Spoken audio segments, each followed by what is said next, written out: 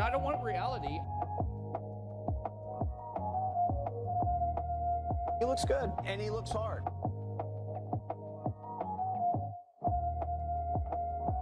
And the box is full of Pepe!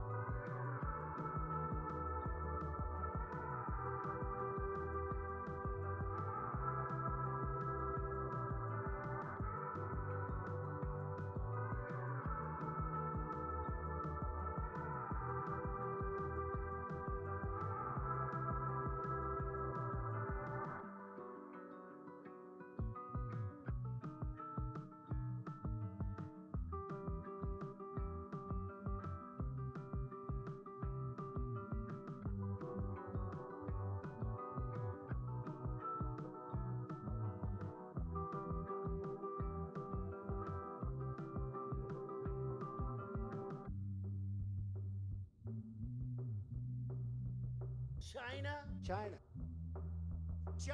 China. I have to have my China.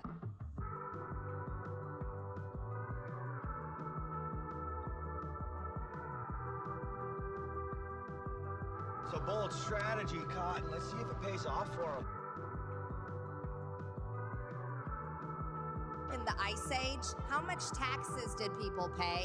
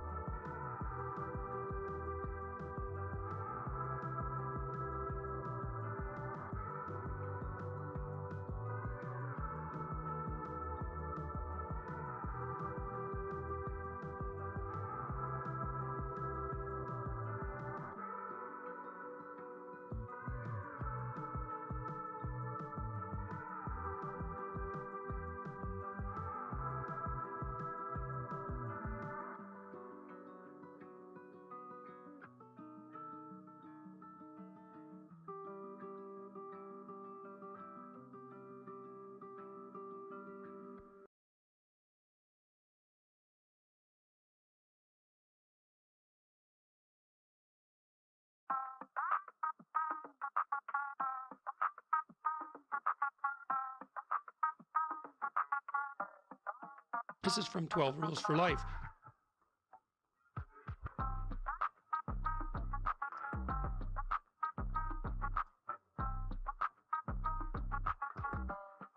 And the box is full of Pepe!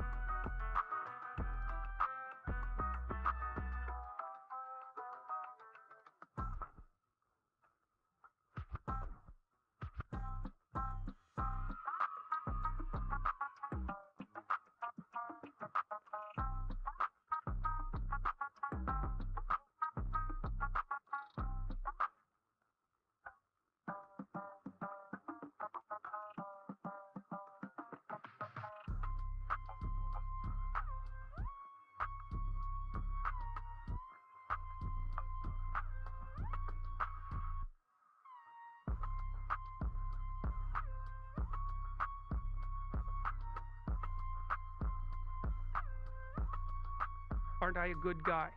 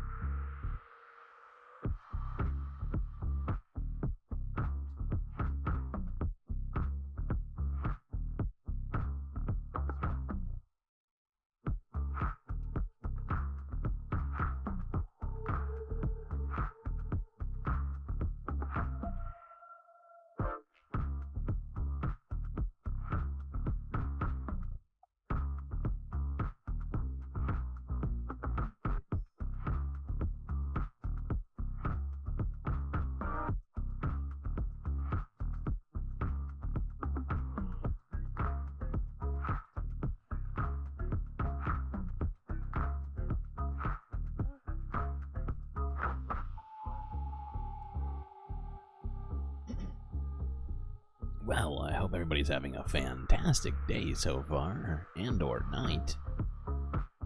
It's a super secret live stream.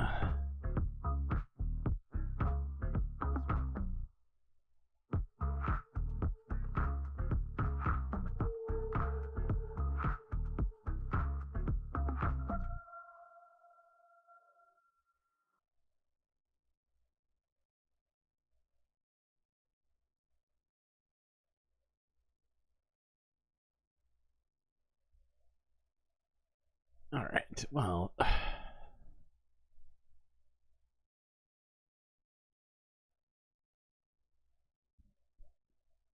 just gonna do a quick one, just for fuck's sake. Let's just do it.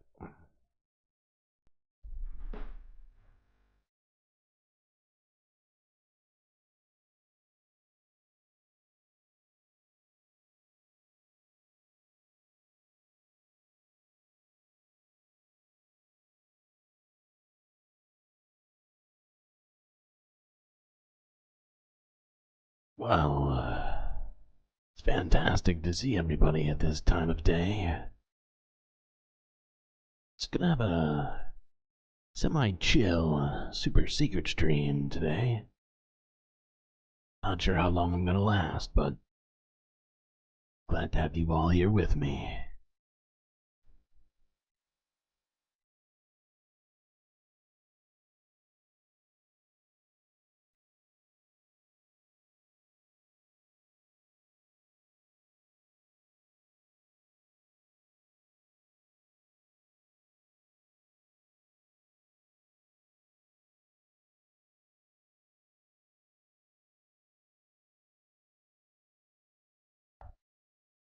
Okay. I figured I might as well just do it just because it's a tradition. And we stick with the traditions. We got the traditions, we're gonna do them. Good to see people showing up here. B-Cat, Soul Life. Okay. Okay. Just for funsies. Wait, am I even in the right spot? Hold on. Let me just make sure. But, just because it's a super secret stream, might have 5% more fun today. At least tonight. In this moment. However you'd like to quantify it. Alright, where am I? Is this at the top of the list? Okay, good job. Good job, me. Raptors. Okay, so just to get ourselves in the mood here, I figured I would play this, which I've found recently. Very well. I'll show you. let's just watch this. Oh, wait a second. Hold on. We can't. This is out of control. We need to get the correct number of likes before we can have Bacula or Cisco, and I don't have a body. Okay, there's my body. That's at least a good start. Okay, this is a video of every time that Norman Finkelstein calls Destiny by his name. Your name, please? Stephen Bonnell. Okay. Mr. Bonnell, I'm a lot more literate than you, Mr. Borelli. I'm going to believe that's not controversial. Mr. Bonnell. Literally, Mr. you can Borelli, Google it. You can Mr. Google Borelli, it. with all Mr. due respect, the problem, Mr. Borelli, is you don't know the English language. With all due respect, Mr. Bonnell, to see the misrepresentations that Mr. Bonnell, Mr. Borelli, Mr. Borelli, I don't want to read one. Let him read. Mr. Borelli, please don't teach me about the English language. Did you read the case? Yeah, it is Mr. a highly Borelli, special intent. I'm going to ask you again. Yes. Please stop displaying your imbecility. Okay, I'm telling you this is the declaration of the He can't even hold himself together watching it. Put on public display that you're a moron. Display on camera if you're Borelli, putting yours in Mr. books. Borelli, Okay? I read the case around 4 times. They just don't show genocidal Mr. Borelli, intent. brace yourself. The Israeli Minister of Mr. Finance on the Borelli, 8th of October war. Mr. Bonnell, What you do know how to pronounce my name? Are you misreading it intentionally? He made you into an Italian all the time. It may be meaningless to you, Mr. It was Bonnell. meaningless to everyone in the region. Mr. Bonnell. Who that got is- the strip before 67? Mr. Bonnell, don't change the subject. The actual Destiny alternative. should Yes, talk about your making money media, off your of media idiocy. blitz. Listen to this. The only option is Mr. Bonnell combat. is now an expert on Palestinian mentality. Where it was a good We faith have effort. a written record. With all due respect. We have a written Mr. record, Pop Mr. Historian, Burrell. you can't even read the written record. I don't know why you're first. Excuse okay? me? I There- just said there are 15,000 pages on Annapolis. And I'm sure you cherry-picked your favorite I quote from don't all. cherry- I love the zoom in shot that they're choosing. Each moment it's just perfect. They kept the whoever did this editing, great job. Okay, that's Hey, at great. least, That's Mr. great. Burrell, at Yeah. least I had a Mr. quote to Burrell. That's contradict. great. All you Twinklestein, have and is I can, Do you want me? Wikipedia. I gave you All quotes. you I have can give is you Wikipedia. quotes that they asked all of Israel in 67. Okay. What do you? Oh my god.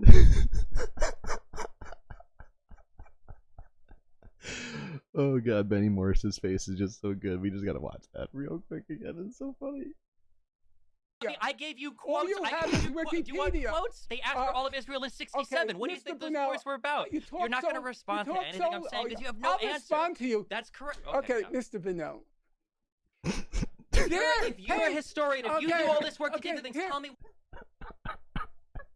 Tell me, Don't just tell me a Mr. sentence. Bonnell. Tell me by what Mr. metric. Bonnell. Because they were Mr. fake, Burrell, or that maybe Mr. Burrell, 51% of the Mr. people were Burrell. killed. Oh my god.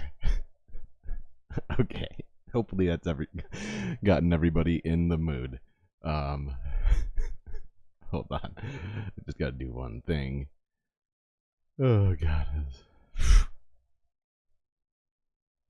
I've already seen that once, and it's just still amazing. It's just so good. He just doesn't give a fuck. He's more focused on the actual facts. I also think he really doesn't want to call him Destiny at all, but he just doesn't know his. Even though he asked his name at the beginning, he just doesn't. It's not an important fact. He's got so many Palestine and Middle East facts in his brain that that the name of the Destiny is so insignificant that he's just like, fuck it. I'm gonna get at least 2 letters correct per attempt, and hopefully that sticks. Oh, that's a disaster. Dry spaghetti? That's a freaking... What? What kind of plan is that? I hate that plan. Dry spaghetti. Although, now that I think about it, they are just like tiny sticks.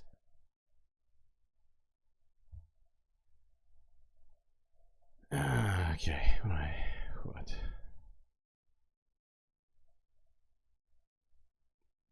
Okay, let's go to U.S. news here. Maybe, unshockingly, we're going to start with gun violence. This one's from a day ago. ABC 7 New York.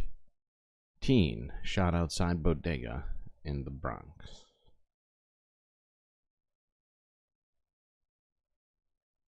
Another teenager, a 16-year-old, in the hospital tonight after he was shot outside a bodega in the Bronx. Police say the shooting happened about 7 p.m. in Classen Point. The child was shot in the leg and is in stable condition. Police are currently searching for the suspect. Well, that's all for that video. Just another senseless, unnecessary, incident of gun violence. And sadly, we have to see one of these every single fucking day. I guess I could stop, chat. I guess I could just stop paying attention. But it is troubling.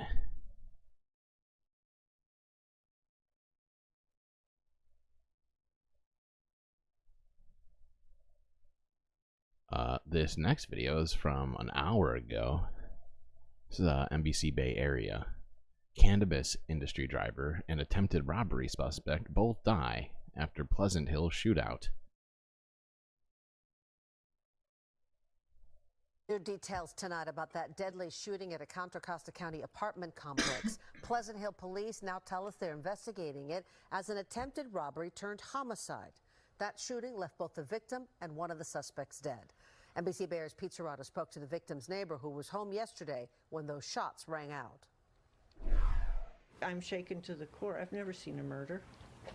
I didn't think I ever wanted to see one in my life or experience one. Susan Gisser lives at the Wood Creek Apartments in Pleasant Hill. She's been a resident for decades, but yesterday's homicide scene at the complex was a first. And when she walked outside, she was stunned to see that it involved her beloved next-door neighbor. Kindest man.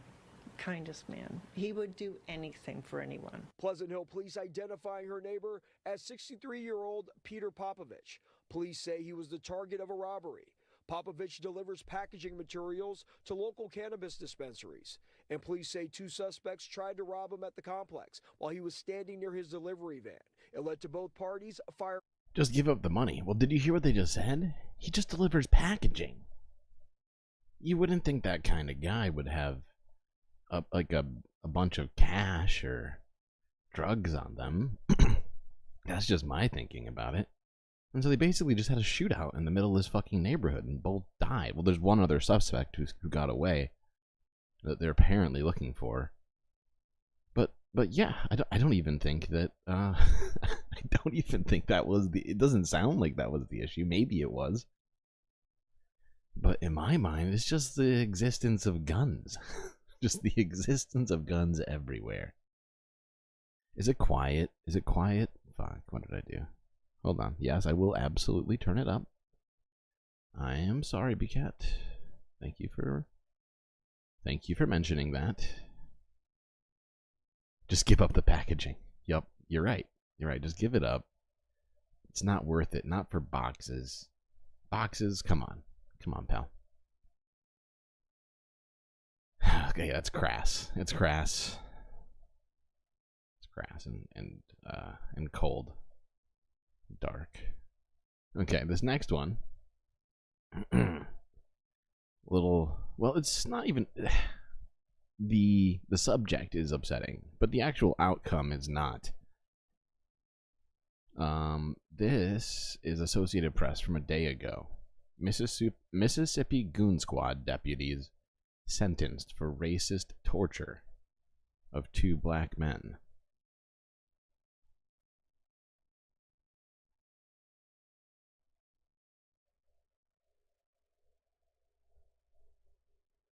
2 former Mississippi sheriff's deputies have each been sentenced for their part in torturing 2 black men after a neighbor's complaint. I think that what's clear here is that the supervisory role is very important. Let this be a warning to all police officers in the United States of America, particularly those who are lieutenants and supervisors. If you allow deputies and officers under your command to go rogue, to commit crimes, and to abuse persons, you will be held equally as responsible as the shooter and the abuser. Brian Bailey and his part that he has played, that has been revealed. We already had this, we knew if there was no way this could be being done, and his second lieutenant be involved and he be the head of the department and not know. And if he is still claiming that, then that just shows he was a poor supervisor and he needs to be relieved of his job. We know the cost of living. Okay. Is that better, though? It sounds better. I assume that's what the thank you is for. Your TV is behind the video and won't let you fast forward. That's incredibly rude. You tell your TV, you stop that. You stop that right now. You may have heard what he was just saying. So, this context may not be important to you, but I'm gonna try and stick to what I always do. This is ABC 7 New York from about a day ago of New Yorkers reacting to the increase in cost of living. We know the cost of living in New York City has skyrocketed. Pay hikes are not keeping up with inflation. A new study out today says the true cost of living has gotten so high, half of the families in the 5 boroughs do not have enough income to make ends meet. They need some kind of assistance. Here's Eyewitness News reporter Anthony Carlo. What are you going to do, not eat? Not pay your rent? What a conundrum for a middle-class New Yorker to be in. Erasmo is a paralegal, his wife a supervisor. We make decent salary, but it's still not enough to survive in New York City. They're considering moving with their 3 kids to Tennessee. We figured that if working New Yorkers can't make it in New York City, it's not great for everyone else. The reason behind a true cost of living report that found costs in New York City have increased 131%, while median earnings went up just 71%. 36% of households lacked enough income for basic needs just 3 years ago. Now half of all New Yorkers are struggling. 3 million of them can't afford food. Okay.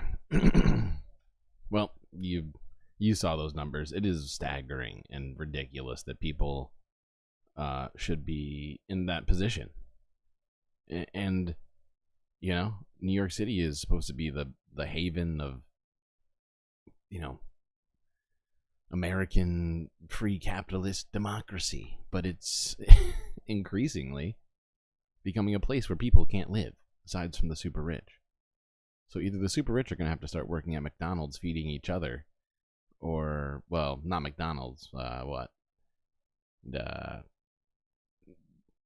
my brain just broke. I'm trying to think of some sort of trendy, upscale type of place. And for some reason, I'm just blanking on it.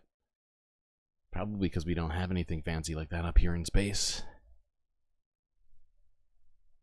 Smart TV, more like not so smart TV. It's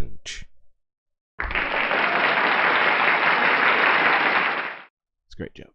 It's a great joke. All right.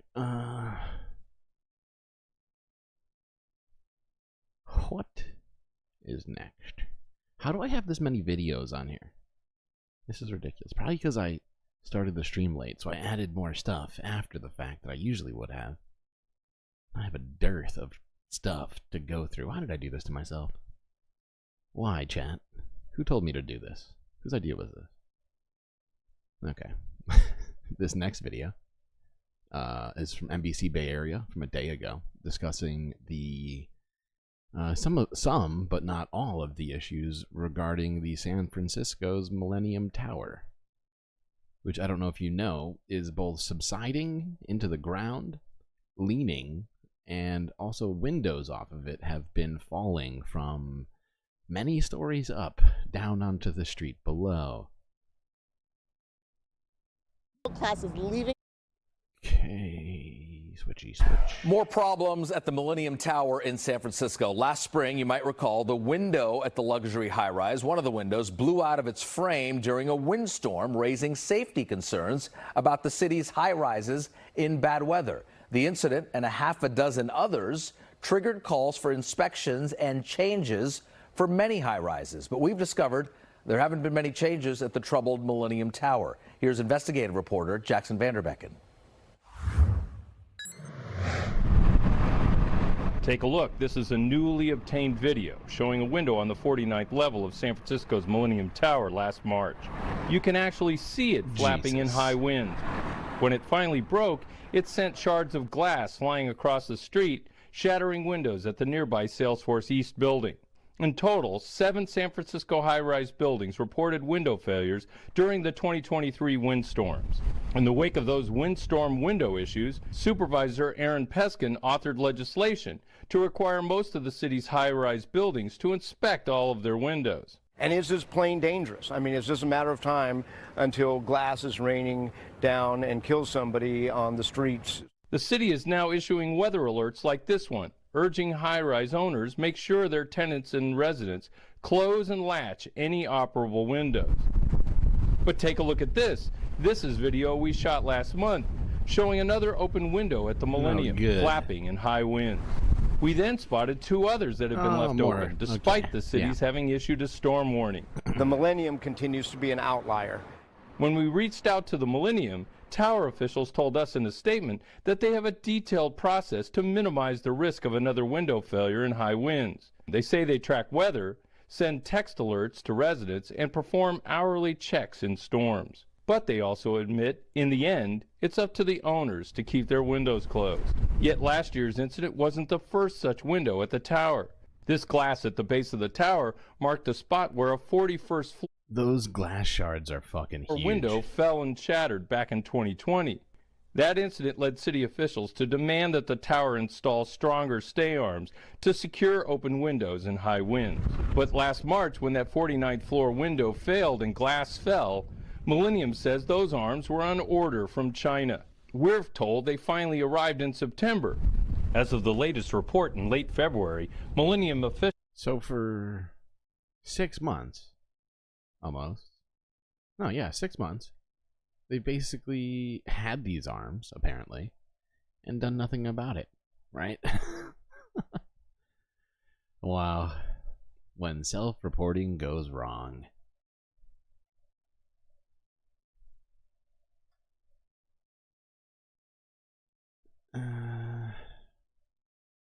Yes. Okay. I feel like I should have put these in reverse order. Why did I do this? You know what? Hold on, chat. I'm going to change this because I hate this order. This makes no sense. Who did this?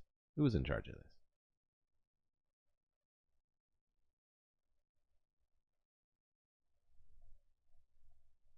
My freedom. What do you do with my freedom over there?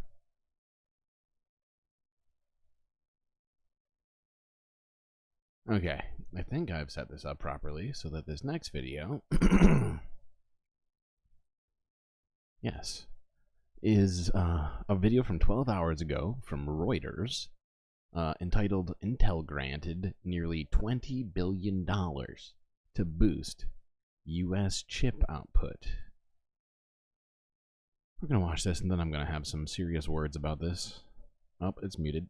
Administration on Wednesday announced Intel will receive nearly $20 billion in grants and loans in what... Why is this so bad? What, 360? Is this the highest they... Oh my god, that is terrible. The largest U.S. government investment ever to boost domestic semiconductor chip manufacturing. The historic outlay was made possible through the bipartisan 2022 CHIPS and Science Act, which includes billions in subsidies for research, development, and manufacturing of cutting-edge chips.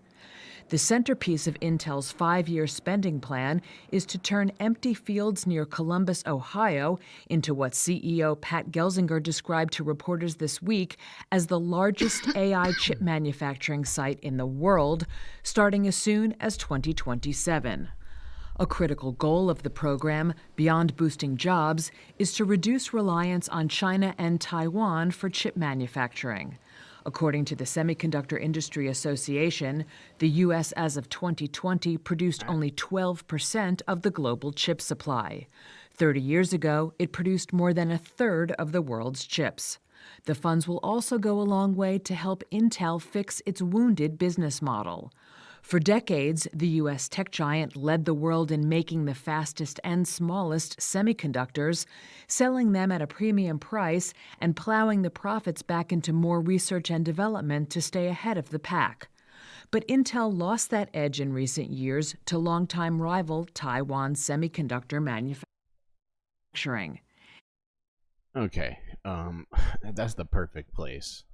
I at least caught exactly where I wanted to catch it.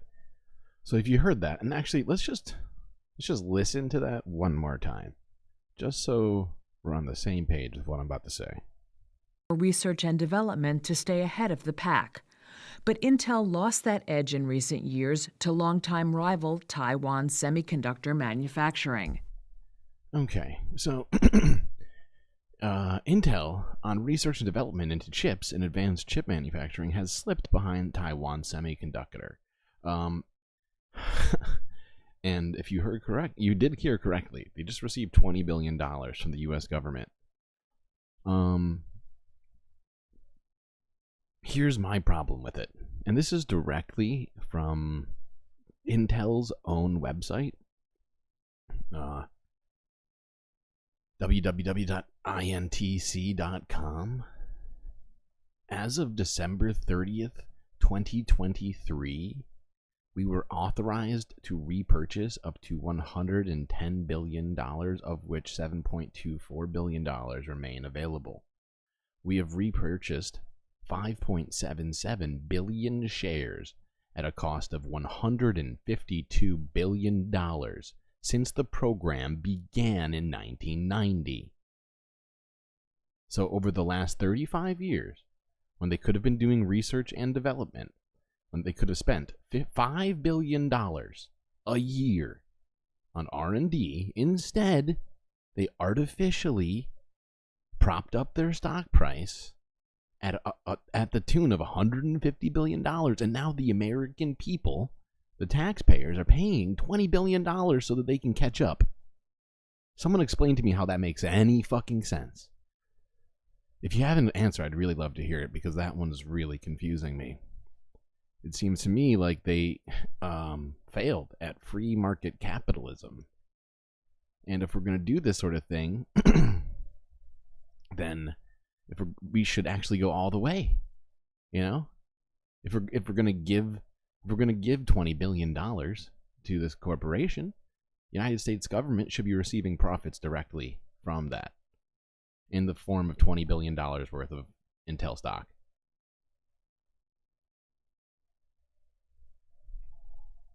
Okay.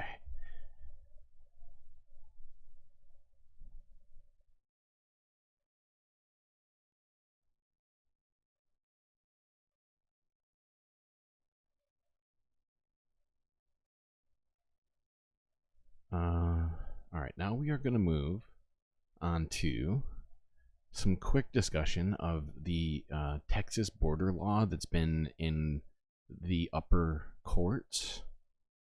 But first, we're going to watch this video, very short, from Eyewitness News ABC 7 from 8 hours ago, entitled Bus Company to Stop Bringing Migrants to NYC from Texas.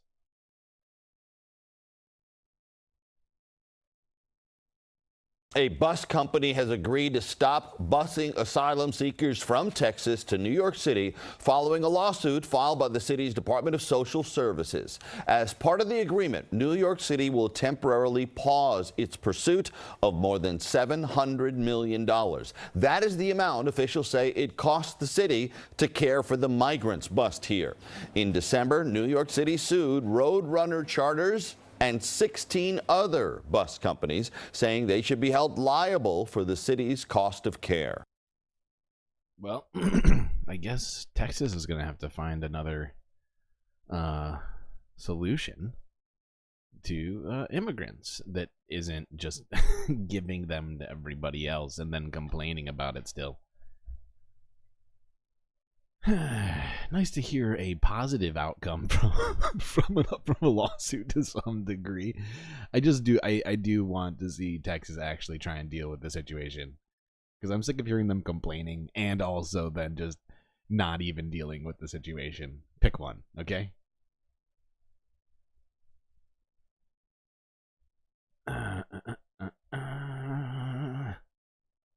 What's next? Oh, this is from 7 hours ago from Reuters, discussing the U.S. Appeals Court, which appears to be divided over the Texas border law.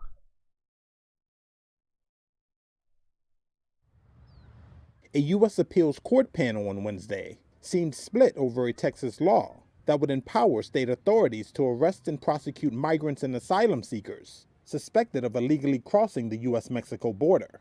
The hearing before a panel of the Fifth Circuit Court of Appeals in New Orleans is the latest in a whipsaw of judicial decisions about the contentious law. It comes a day after the U.S. Supreme Court ruled the law could go into effect, while challenges made their way through the appeals process. But just hours later, the three-judge appeals panel scheduled an emergency hearing and reversed its own earlier ruling, resulting in the state law again being blocked from taking effect.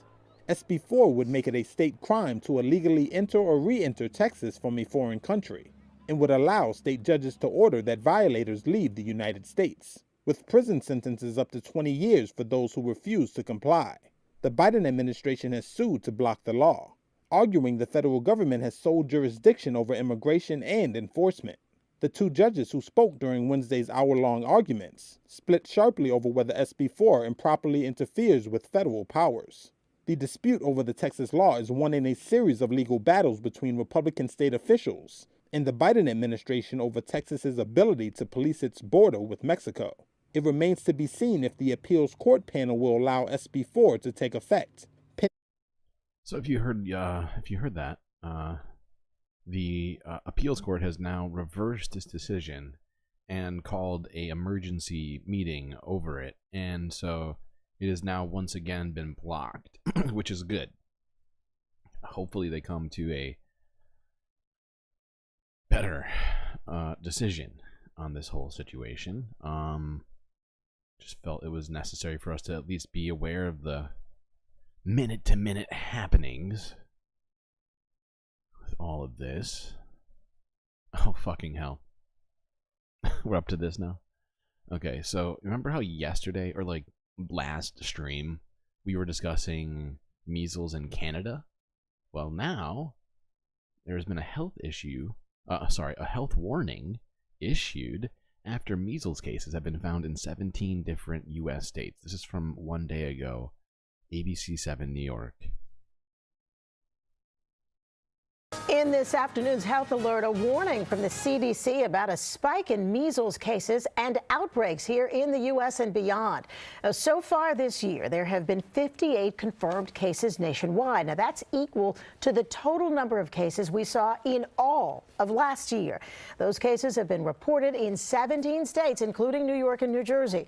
Officials say 93% of the cases this year have been linked to international travel, mostly in children who did not have the MMR vaccine. All right, let's talk measles. We got with us ABC medical correspondent Dr. Darian Sutton. And Darian, let's talk about the symptoms first of all, and how dangerous is measles? Well, we know measles from what it looks like in those textbooks, the rash, that stereotypical rash that covers the body. But what people don't often talk about are the complications of measles, which don't just include a rash, but can include something called encephalitis, or inflammation of the brain. That can lead to permanent harm. We're talking about deafness, blindness. These are complications that are very real and reasons why we advocate for vaccination. Okay, so we talked about most of the cases. Get your kids vaccinated if you don't want them to go deaf or blind. In children. Yes. That means we've got to have a conversation about vaccines. Yes. Are we still getting them at the numbers we should be getting them at? And you know, when do you get vaccinated for measles? Great question. So the MMR vaccine, which includes vaccination against measles, the other M and the R stand for mumps and rubella, that's given in childhood. So the majority of those who have gone through formal education have required to get those vaccines. So we can expect that during the pandemic and a time before, we saw a decreased participation rate in children getting their routine vaccinations. It's likely associated to these rising rates that we're seeing here. Guys, measles is so infectious that if you're not immune to it, sitting next to someone who is infected, there's more than a 90% chance of you getting it. And so it's just really important to understand the benefit of that vaccine, which is up to 95% effective in preventing infection. You know, what I'm afraid of is that we're in an era. I'm pretty sure you still do need an MMR vaccination for school unless you have an exemption for some reason, like a medical complication.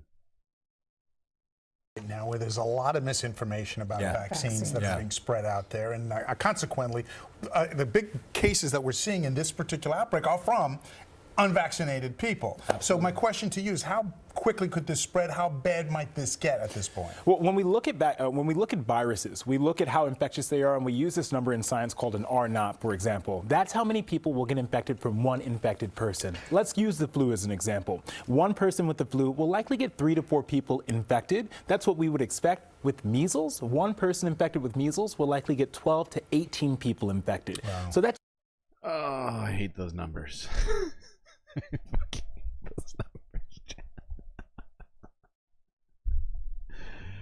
Fucking hell. 12 to 18 people per one person infected versus 1 to 3 for the flu. And we think of the flu as being relatively contagious. That's why I usually keep kids at home when they have the flu.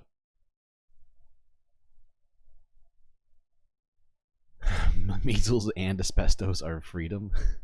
Fuck off. Fuck off, Soleil. I know you don't mean that. But I do get the sentiment of what you're saying, though.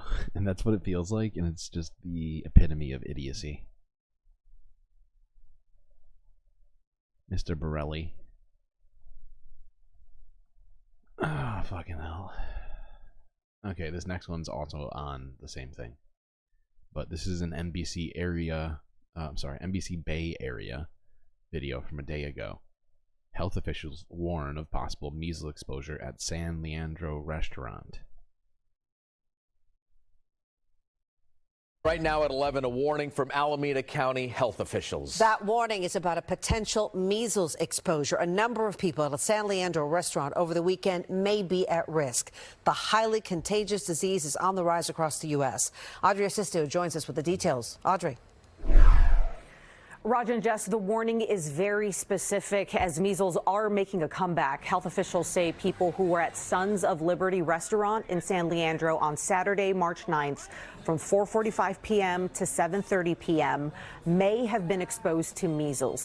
I just realized what the name of that fucking restaurant is. Oh my god. Did anybody else hear it and or see it? Oh god.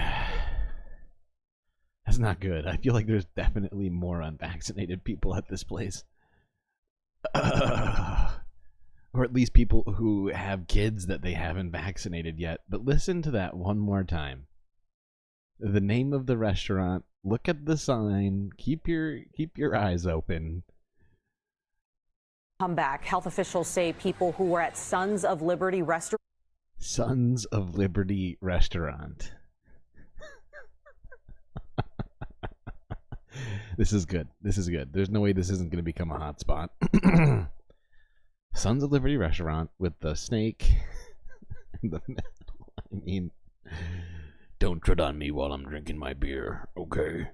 Fuck you. Fuck you, pal. Alex Jones is my god. In San Leandro on Saturday, March 9th from 4:45 p.m. to 7:30 p.m. may have been exposed to measles. If you were there, health officials are urging you to contact your health provider right away, especially if you have an infant, are not vaccinated, pregnant, or have a weakened immune system. This comes as the CDC recently warned doctors that there has been a dramatic rise in measles cases both in the U.S. and abroad. Okay. Well, there you go, chat. Just normal, normal stuff, right? Everything's fine. This is fine. Fuck me. Okay. I feel like I'm taking crazy pills! What's next? Okay, we did gun violence, we did some law-related stuff, corporate malfeasance, immigration. Oh, okay. This is actually interesting and not necessarily a tragedy. Finally, we found something that's not a tragedy to watch. Okay, this is from 11 hours ago. BBC News. Scientists say that they can cut HIV out of cells. I found this to be fascinating.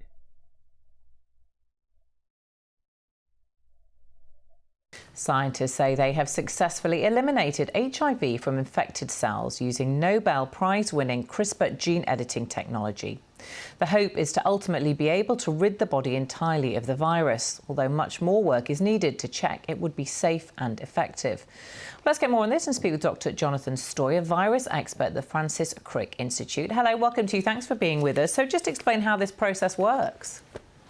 Well, I think before I do that, I have to give you a little bit of background about HIV and the disease it causes.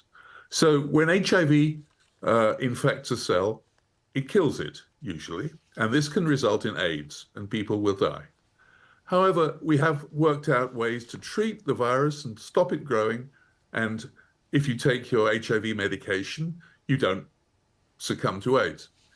However, there is a problem here, because we can't get rid of all the virus. Some of it will infect cells, go to sleep, and persist for a long, long time, but occasionally reactivate. And if we are not taking medication, we're back to square one again. So for a number of years, scientists have been trying to find ways to get rid of the HIV from our cells. And this CRISPR-Cas9 technology, which we've heard about, is the current best chance of doing this. It consists of a way of delivering an enzyme into a cell that will cut specifically the virus, and it has this enzyme plus guides that will target it to give it this specificity. The experiments we've heard about are in cells. They're not in humans or primates, but there is every hope that this kind of technology will be useful in the future. Okay. That was all I wanted to watch of it. But it's a very interesting step forward in science, and I like to at least be keeping track of these sorts of things. And yeah, I mean, CRISPR technology creeps me out a little bit, to be perfectly honest, but I don't want to get deeply into that right now. But it's just an interesting application that I never would have thought of myself. It's probably why I'm not a geneticist.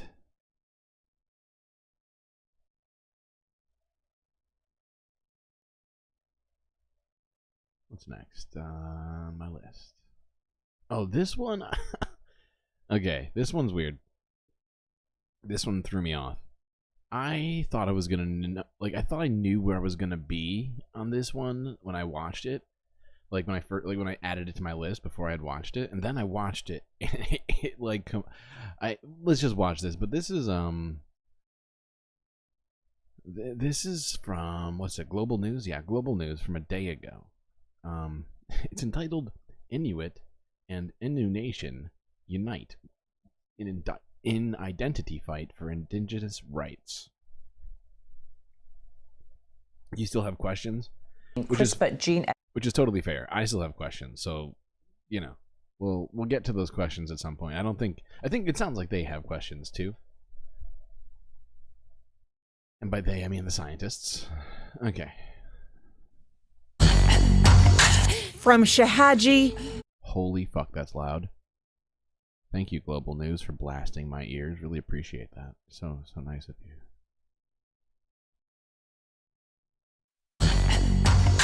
From Shahaji, Natwashish, and Nunutsiavut in Labrador, all the way to Ottawa.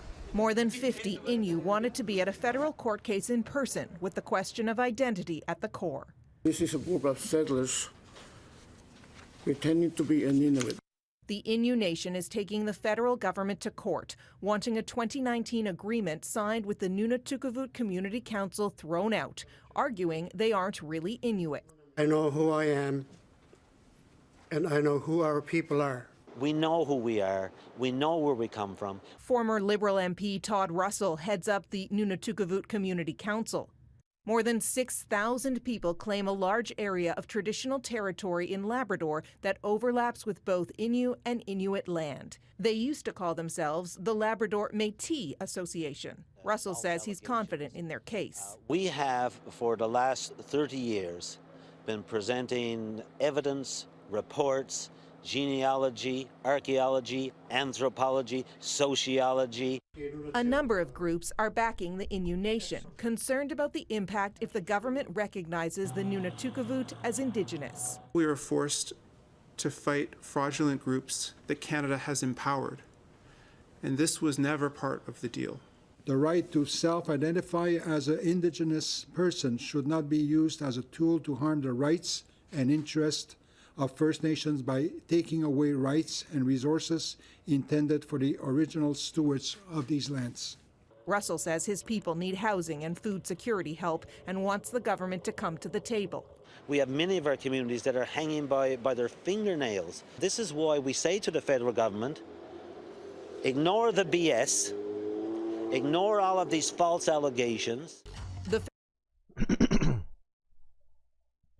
No, it's a great question. And like on the CRISPR thing, I honestly don't know. And it sounds like they are just CRISPRing cells.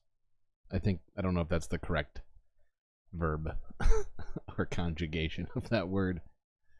Where the fuck is this though? Hold on.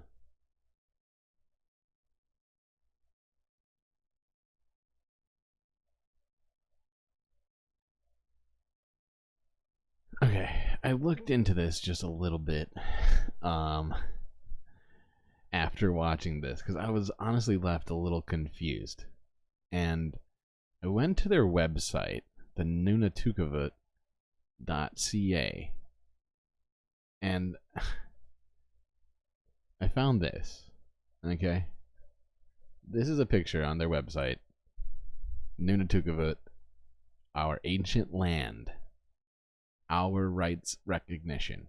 And I don't know what you see, but I see a room full of white people.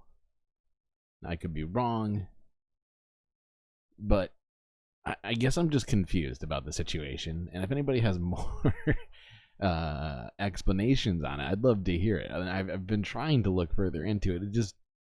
I honestly don't know all that much about the Indigenous past of Canada. You know, I think that I hate to say this, I really do. I mean, granted, it's actually not true. I know more than I'm about to say, but I feel like 40% of my knowledge on Indigenous Canadians comes from Last of Mohicans, which can't possibly be useful in any way, I don't think. So you see a black person in there? I didn't. I'm not seeing that. I think that's just a person that's in that's shaded. There's no black people here.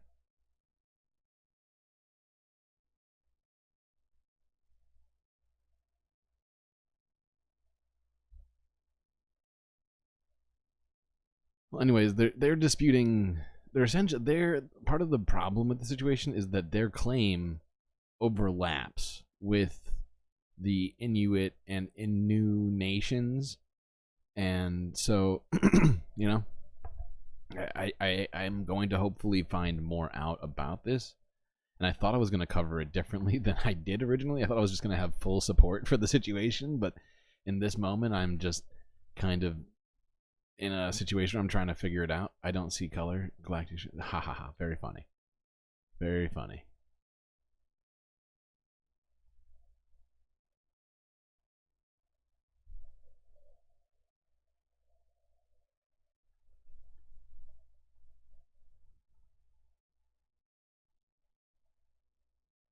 I think part of the reason why I'm making this judgment in this moment, which is still, like I said, very much fledgling judgment, is because that the nations that I am familiar with, the Innu and the Inuit nations of Canada, are both protesting this situation, saying that it's not it's not what the Nunatukavut are claiming.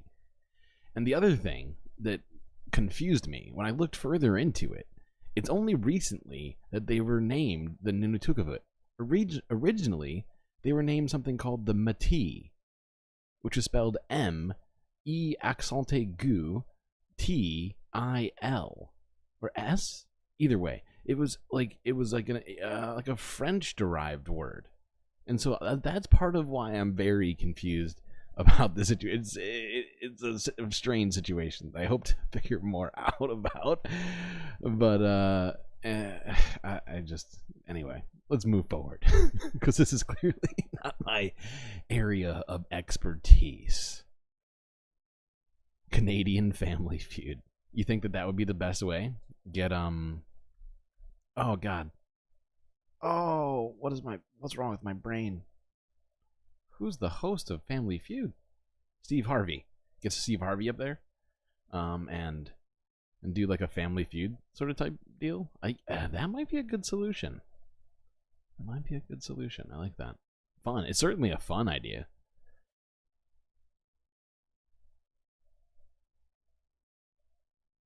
Is Steve Harvey still hosting it? That's a good question. I think he is. I'm pretty sure he's still going.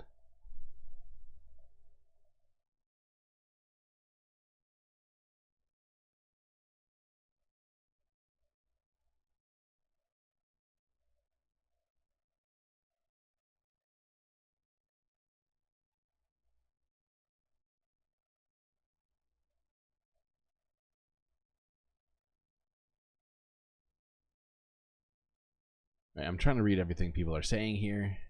Seems like some people know more about this than I do.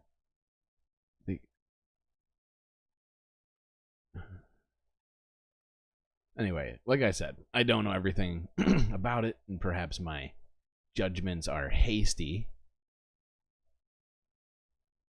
But if you do have more information on the situation, I'd certainly be open to hearing about it.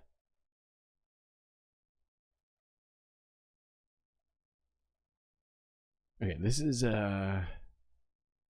what's next? Yes, this is a Channel 4 video entitled entitled Bill to Ban Smoking for Anyone Born After 2009, introduced by the government. Now this is in England, so don't worry if you're in America. Not affecting you.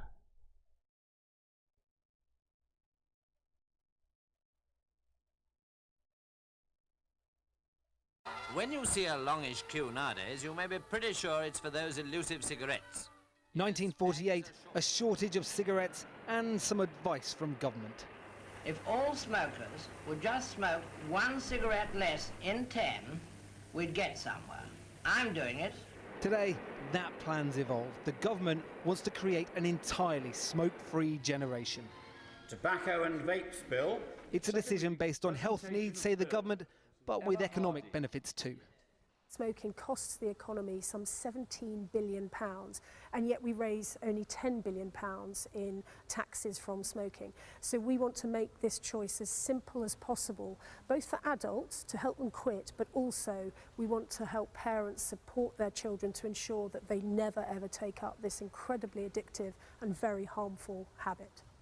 The plan: raise the legal age of buying tobacco by 1 year every year until it covers everyone in the UK. So anyone who didn't turn 15 by the end of 2023 will never be allowed to buy cigarettes. And in 50 years' time, you're going to have an old boy coming to tobacconists saying that I'm 64 years old, I'm entitled to buy cigarettes, but my friend here next to me who's 63 can't buy cigarettes. It's ridiculous. It's not enforceable. I'm going to vote against it. Not just the view of the odd Tory backbencher, but the odd former Tory Prime Minister too. I know that smoking is bad for you, and that is why smoking is declining fast in the UK, and that's why any attempt by government to prohibit smoking is, in my view, a monstrous waste of police time and resources. The main opposition for it seems to be from within your own party. Is there a 100% guarantee? Are you an expert on Family Feud? You are committed to this. This is going to be seen through. This is an incredibly important policy. Smoking kills. We do not want our children and young people taking up smoking. There's not just policy, but politics at play here. There have been continued rumours of a push against the Prime Minister, questions over whether or not he'll make it to a general election. So why risk what little political currency he has on a policy no one was calling for? Tory MPs have openly called this ban unconservative, said they'll vote against it. Getting it through Parliament may rely on Labour votes. But sources say the Prime Minister's pushing ahead anyway because this is his legacy. In this warehouse next to Heathrow, the scale of what the Prime Minister is trying to achieve He started using nicotine because it was cheaper than food. I don't think that could possibly be true. becomes apparent. Not just clamping down on smoking, but vaping too. A smoking alternative so popular, ports are flooded with fakes. Literally tons. I think in 1 week we had something like 600,000. 600,000 of those little disposable vapes? Yeah. A problem on an industrial scale, possibly containing industrial fluid. This one being an illegal one, you've got no idea what it is. Yeah, it could be engine oil, it could be anything. It could be it's just rubbish. And now, for the first time, researchers at UCL have published a new study drawing a link between vapes and increased risk of cancer. It's found people who vape suffer similar changes to their DNA as smokers. We don't know the long-term effects. Studies like these make us think we really don't want current non-smokers to take up vaping, and in particular, marketing to children is utterly unacceptable. The government says they'll restrict flavours, change the packaging and where they can be displayed. In short, make them less appealing to kids. We've listened to parents and... I gotta say, I disagree certainly with that one thing. It makes it so that they're completely distasteful to everybody. Okay? As somebody who vapes, if you took the flavor out of my vapes as a grown adult man, I would go back to smoking. It's just a fact. If you've ever tasted a vape without flavor in it, it tastes like complete butthole. We know that they're very worried about this, and we know... So you accept that there are lots of young people who are now vaping, who would never have smoked, and it's all happened under your government's watch? Yeah, that's the thing. Exactly. Kids can't buy vapes. That was going to be a point I was going to make later, actually. Is that, like, you know, they're not supposed to be able to buy them anyway, right? The same thing with tobacco. Although I do think it's an interesting but sort of nonsensical solution that leads to, I think, like some of this slow life alluded to here, with kids just hanging outside stores, trying to get people to buy them cigarettes. Just let adults have their flavors. Yep, I think I agree with that. We are acting to bring this legislation forward to help create the first smoke-free generation, but also to ban disposable vapes because of all the problems we know that they cause for families, but also for the environment. If this law passes, the UK will have some of the strictest smoking laws in the world. Making it law, though, might not just be a question of health, but a test of leadership. Well, the Public Health Minister, Andrea Leadsom, spoke to me earlier, and I began by... Let's just move on from this.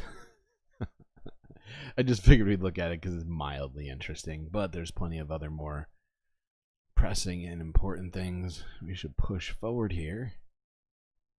A lot of P words. This is from 6 hours ago. Reuters. It's entitled KLM Ads Misleading in Greenwashing Case. Dutch court rules.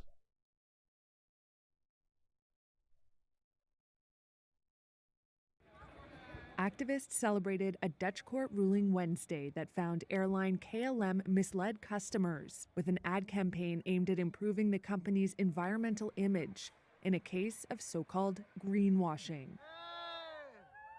The decision is expected to serve as a benchmark for airlines on what they can say publicly about their efforts to reduce greenhouse gas emissions.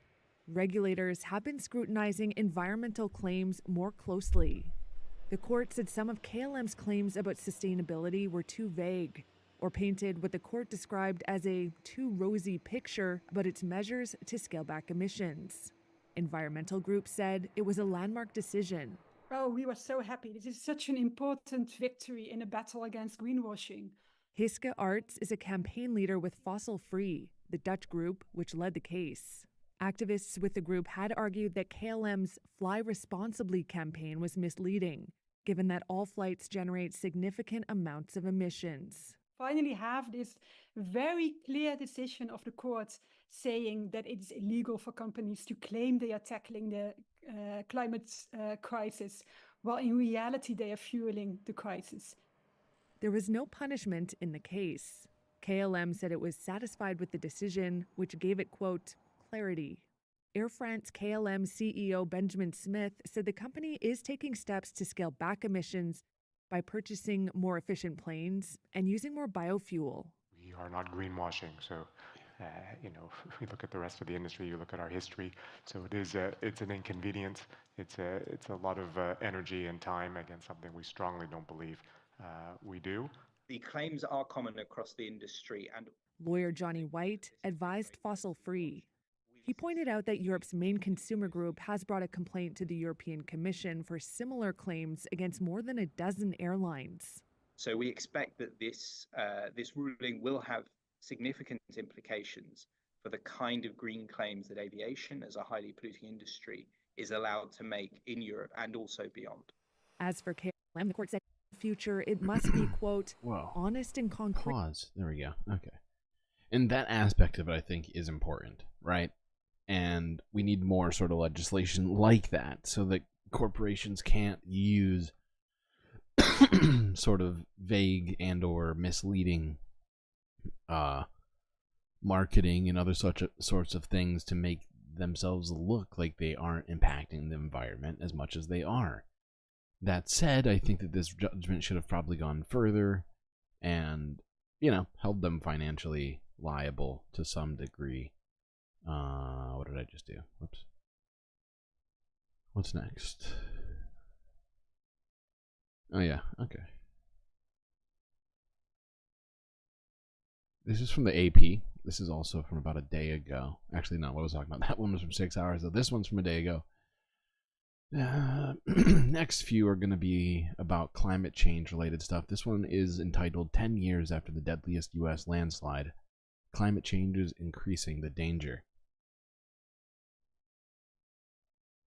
2024.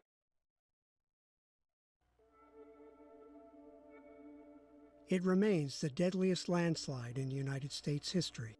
43 people, the oldest 91, the youngest just 4 months, killed when a mountainside collapsed.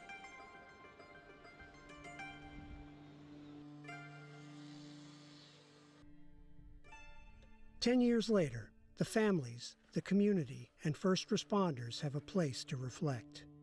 We pushed and made this happen because we want to make sure that the legacies of our loved ones live on. The Oso Landslide Memorial is now complete, celebrating the lives of the victims and honoring those who worked tirelessly to recover them. What they did for our family and bringing everyone home, and the appreciation that we have for everything they did. The slide took Jessica Bazanka's sister, who was buried along with her 2 young sons, her husband, and in-laws. I wanted everyone to remember my sister and who they were and why they lived out in this beautiful area of Washington. Dane Brunner lost his sister, who was driving on the road when the slide happened. But ever since that day 3, when the reality set in, I knew that I'm going to explain to everybody how special my sister was to me, to my mom, to my entire family, and let them know who the person she was. And doing this memorial is doing that for me.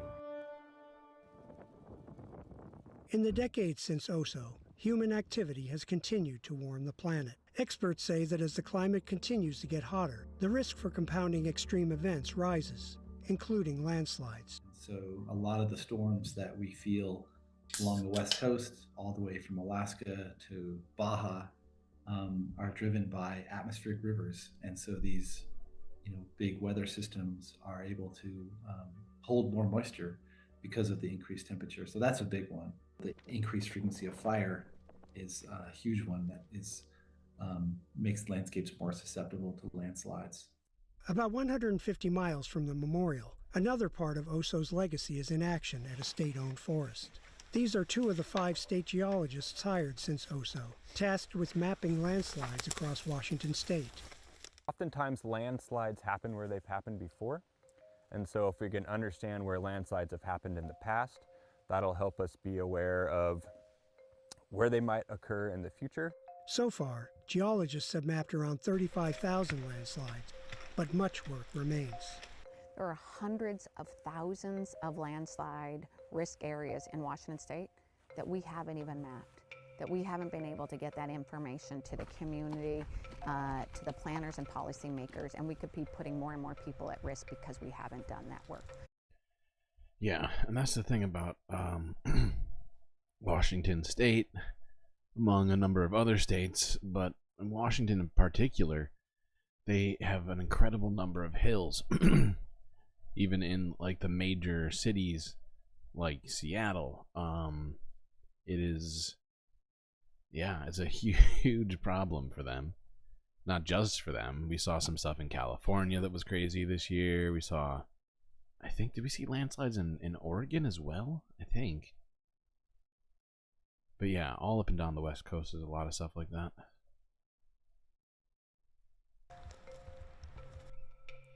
Southeast Alaska is a region where landslides are a part of life. But researchers say wetter conditions could worsen the risks here.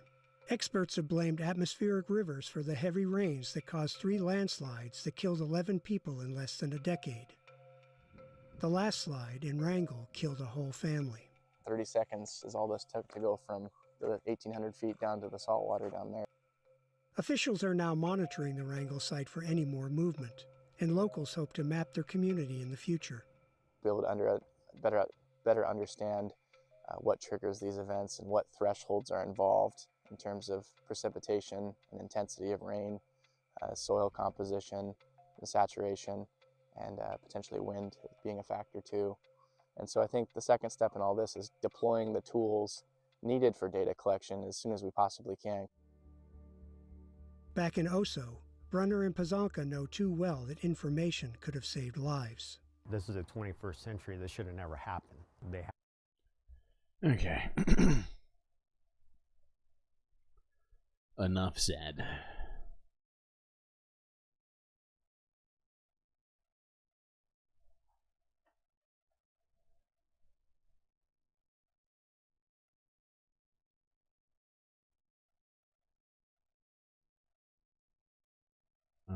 All right, we're going to watch part of this. This is from a day ago. This was live at the UN's World Meteorological Organization,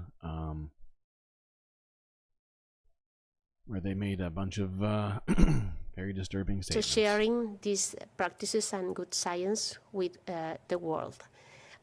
So that is the continued collaboration is for us a key factor that we will support always. Thank you very much. Thank you. We have another question in the room, I think. Please go ahead. Secretary General, hi, I'm Jamie from Associated Press. You mentioned the sort of balance between economics and environment, and that countries are putting short-term interests ahead of longer-term concerns. How do you get that message through? I mean, you're making this, but what are you doing aside from this press conference and issuing this report? What are you doing both publicly with your visits with leaders, but also behind the scenes, whether it be in Copenhagen or elsewhere, to get that message through that there doesn't always need to be a conflict between economic interest and environmental interest? What are you doing beyond just this report?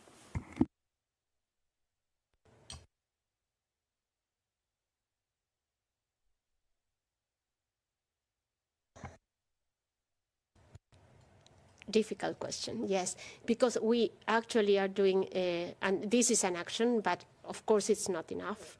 And I I do believe, as you mentioned, that it's not something against. It's just working together.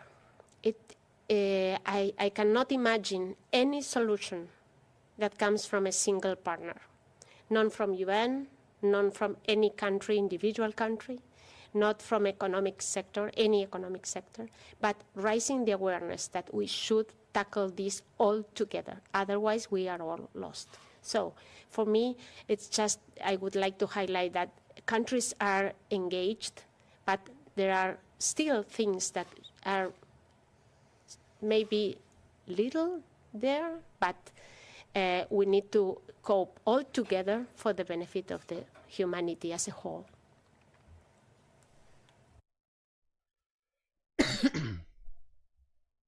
So yeah, if you're hearing her, corporations are a huge negative detractor from this whole situation, as well as getting all nations on board.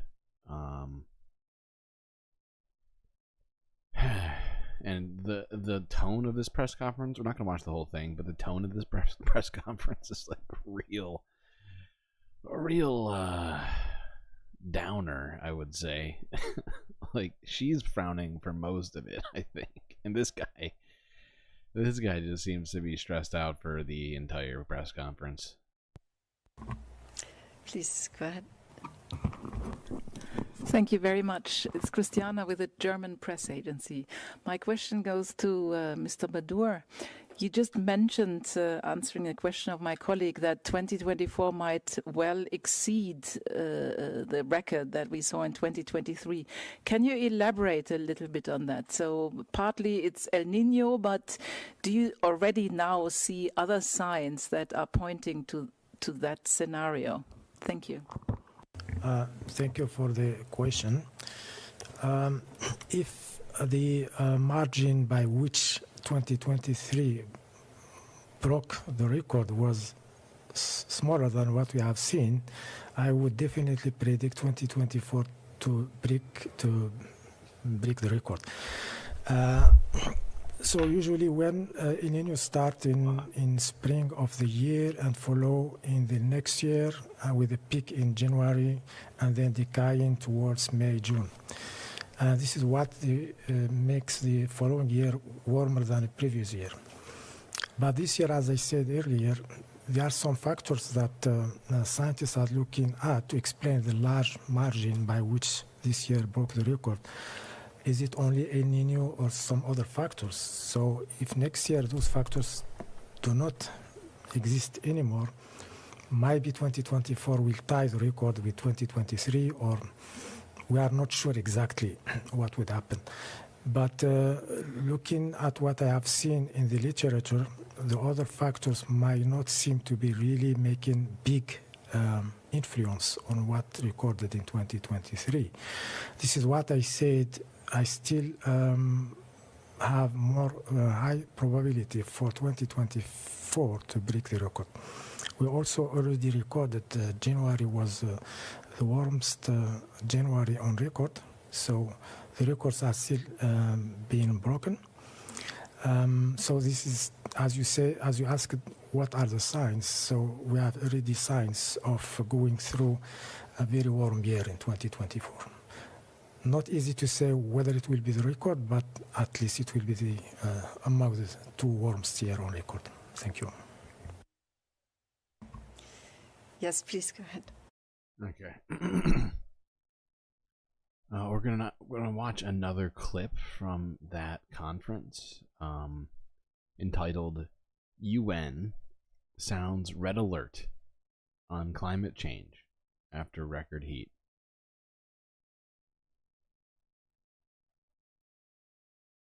The scientific knowledge about climate change has existed for more than 5 decades, and yet... In case you're not looking at it, the subtitles here say, "The UN is sounding the red alert after every major global climate record was broken last year."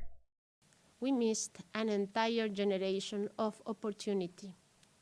It is imperative that our actions today are based on the welfare of future generations rather than short-term economic interests.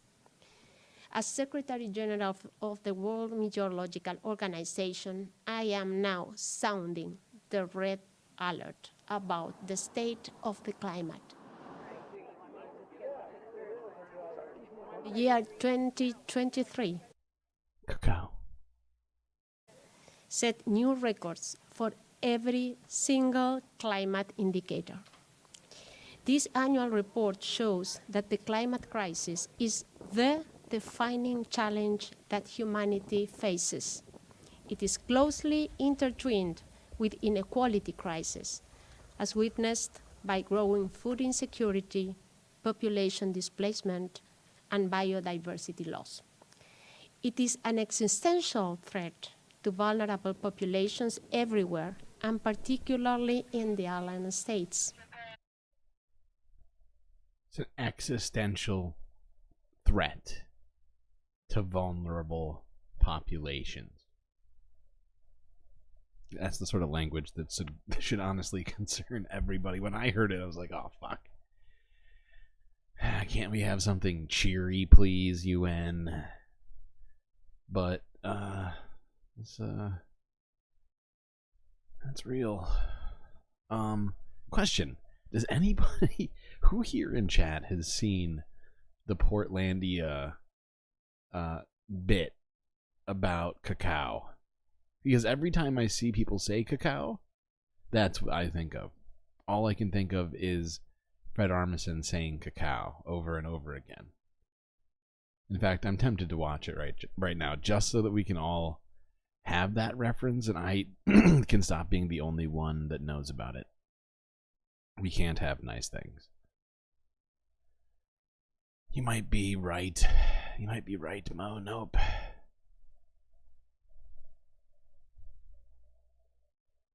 You've never seen it? You've never seen it. How's that possible?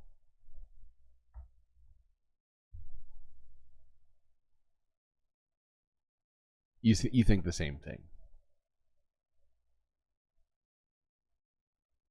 Fuck it.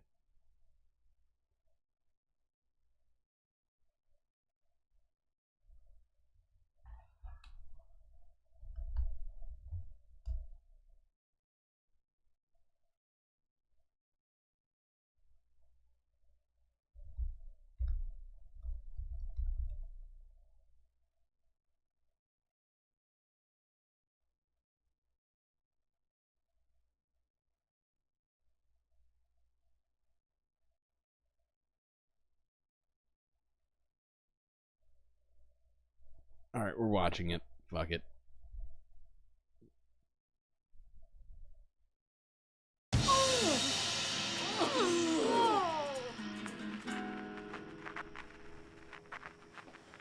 Lance, that was kind of rough, and I feel like when we do this, like, if I want you to stop, like, maybe we should have, like, a safe word or something, you know what I mean?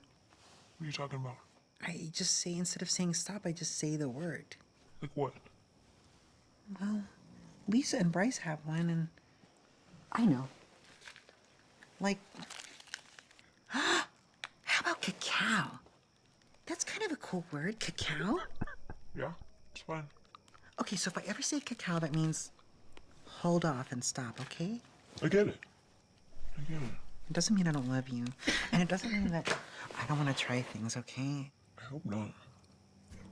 Be a brave girl for me? Alright. I love them together. So funny.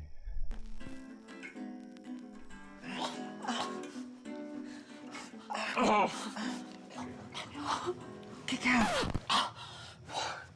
Sorry.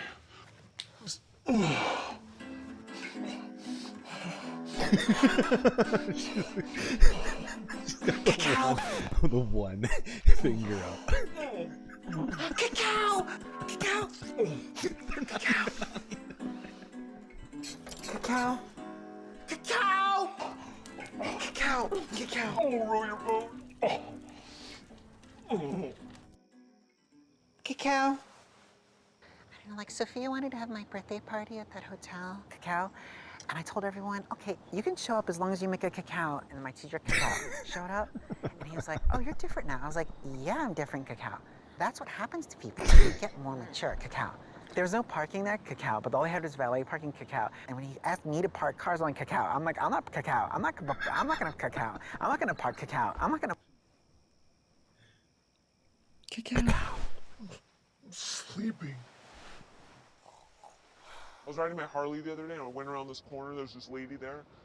Water splashed up on her. She got so wet. God, she was just dripping wet. Oh!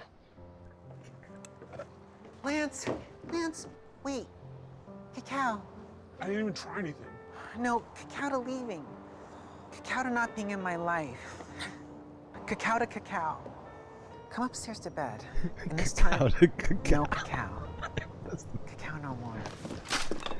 Oh my god. I love that.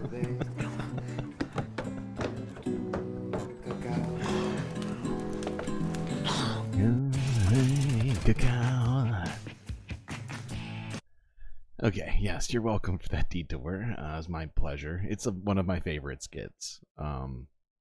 Not my favorite skit, but it's very funny. And the fact is, that's what I think. Every time I see somebody in chat say cacao, I'm like, bam, that's all I can think of.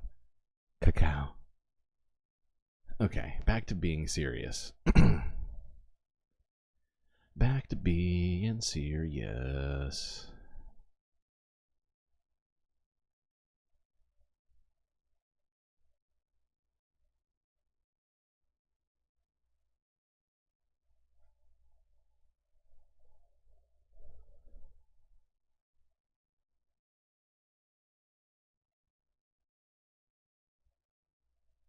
Okay, where was I? Oh yeah. Actually, we're not going to be that serious. I take it back. You don't think it's funny? Okay, that's fine. You don't have to think it's funny. It's no big deal. Comedy is subjective, you know?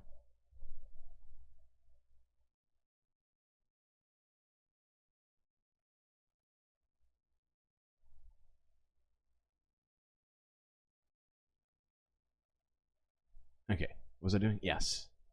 Not that serious. But I saw it, and I was like, wait, what? What is this? Maybe I should frame this differently. Okay, Chad, this is incredibly serious. ABC News from a day ago, entitled, "The Asteroid Hunter unpacks the details of a rare asteroid heading towards Earth." Oh god.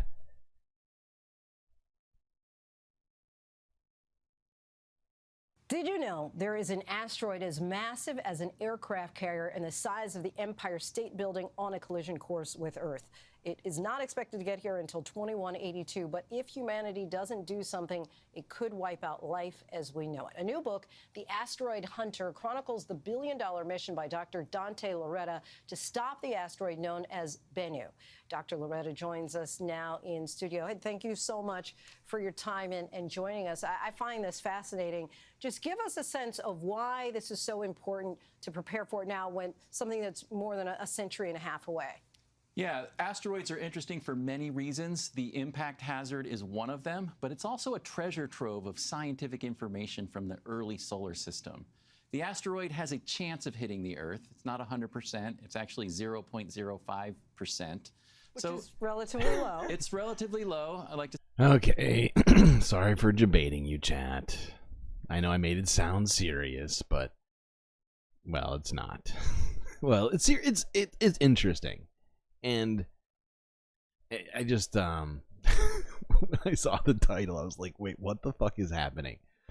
But 0.05% chance is very, very low, thankfully. You'd cross the street with those odds. But it's important to understand this hazard in general and what street with those. Low. It's relatively low. I like to say you'd cross the street with those odds. But it's important to understand this hazard in general and what we might be able to do when an asteroid ultimately is going to collide with the Earth, because it's happened many times before throughout geologic history, and it's the only natural disaster right now we can do something about. And you were part of a mission back in September that actually gathered. Anyway, it's not that pressing. They do discuss some stuff about sending up ships to collect data from the asteroid as it passes by the Earth and whatnot. And if you want to see more about it, you can go check it out. But it's not as pressing as I tried to frame it at the beginning. Thankfully. And so yeah, let's move on to actual serious stuff.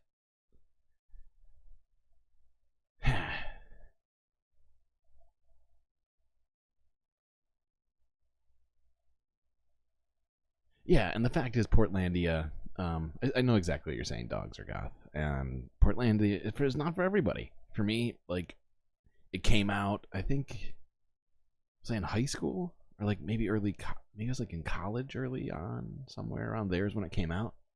And so it also has, like, just a sentimental place for me.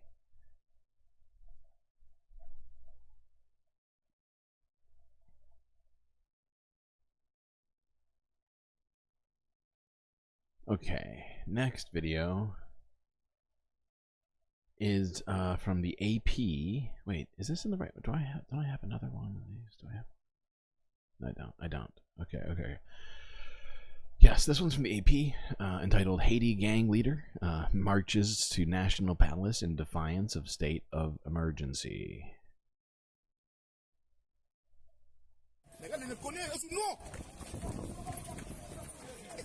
Ils vont le gâteau, on va le donner.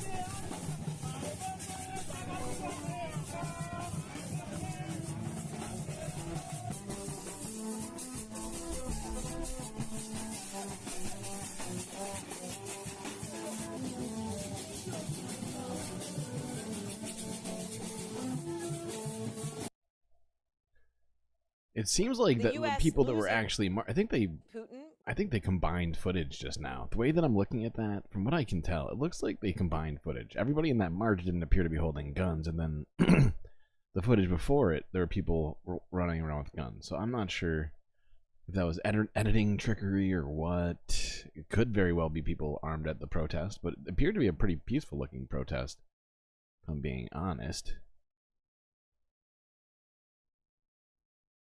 If it hits the ocean, you don't think it would be very destructive?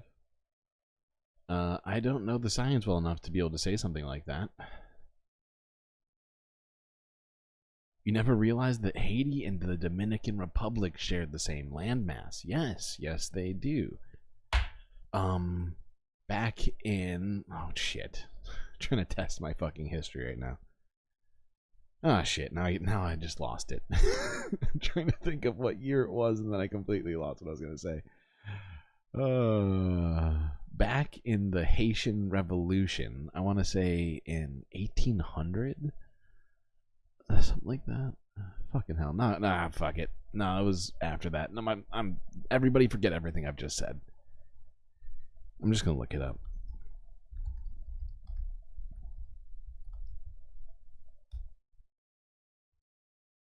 Oh, it was even earlier than that. Yeah, wait. The short answer is that the political division of the island of Hispaniola, aka the landmass where Haiti and Dominican Republic reside, is due to the European struggle for control of the New World when France and Spain began fighting for control of the island. They resolved their dispute in 1697 by splitting the island into two colonies. So it wasn't due to the revolt, it was due to colonial powers dividing land in a sort of, what do you call it? treaty, I guess you might say. Yeah, I think, well, it depends on the size as well. But yeah, they do break up on hitting the atmosphere. That is 100% true, Soul Life. To the degree to which they blow up is all based upon their composition and size, if I'm not mistaken.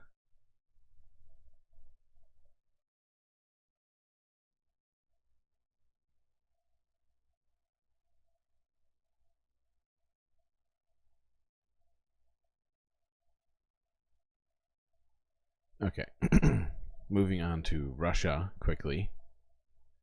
This is from a day ago, and this is sort of combination of... Actually, maybe I should do it in reverse order. That's what I'll do.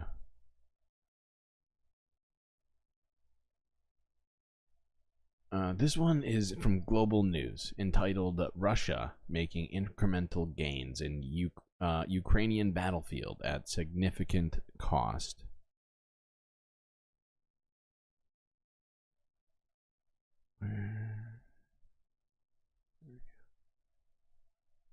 Ukraine asks for ammo, Russia prepares. Oh, I see. Around Belgorod, near the border with Ukraine. Russian President... Shelling near the Russia-Ukraine border is forcing the Kremlin to rethink its military strategy. Long-range Ukrainian strikes have led Russia to prepare evacuations for around 9,000 children in and around Belgorod, near the border with Ukraine. Russian President Vladimir Putin says he will look to set up buffer zones near the front lines. Надо и дальше наращивать боевые возможности пограничных органов. Putin added that security officials will start working with Russian companies to break past Western sanctions by expanding into new markets. This as the European Union signals it could use most of the profits from frozen Russian assets to finance weapon shipments to Ukraine. Meantime, Ukraine's allies met in Germany with concerns Russian soldiers are gaining ground. What we've seen on the battlefield is a series of incremental... That would piss Putin off to no end. Taking repatriated assets from Russian oligarchs whose accounts have been frozen to pay for ammo for Ukraine. Oh my God, that would piss him off. Gains by the Russians. To the point that the chairman made a couple of minutes ago, these gains have come at significant cost in terms of personnel and equipment. 50 defense leaders met Tuesday discussing additional military support to Ukraine. Ottawa is putting $40 million towards a Czech initiative to get more 155mm ammunition and night vision equipment to the front lines. Weeks and months rather than years, I think is the best way to characterize it. There are a number of very significant initiatives underway by all of our coalition partners to get Ukraine what it needs. On Tuesday, the Russian Defense Ministry said its forces captured Orlivka, a village in eastern Ukraine. It comes weeks after they captured another nearby town called Avdiivka, just north of Donetsk. And we hope that this Czech initiative, which Luxembourg joined, will help us, and beginning since April, we will have enough ammunition, artillery ammunition, to deter our front line. Canada has committed more. Okay. So yeah, Russia is attempting to push forward. Wait, what happened to this other video? What in the fuck? Hold on. Hold on, chat. Sorry, I feel like I've lost a video in here somehow. Oh, yeah, it skipped past it for me. Whoa, settle down. Oh, god damn it.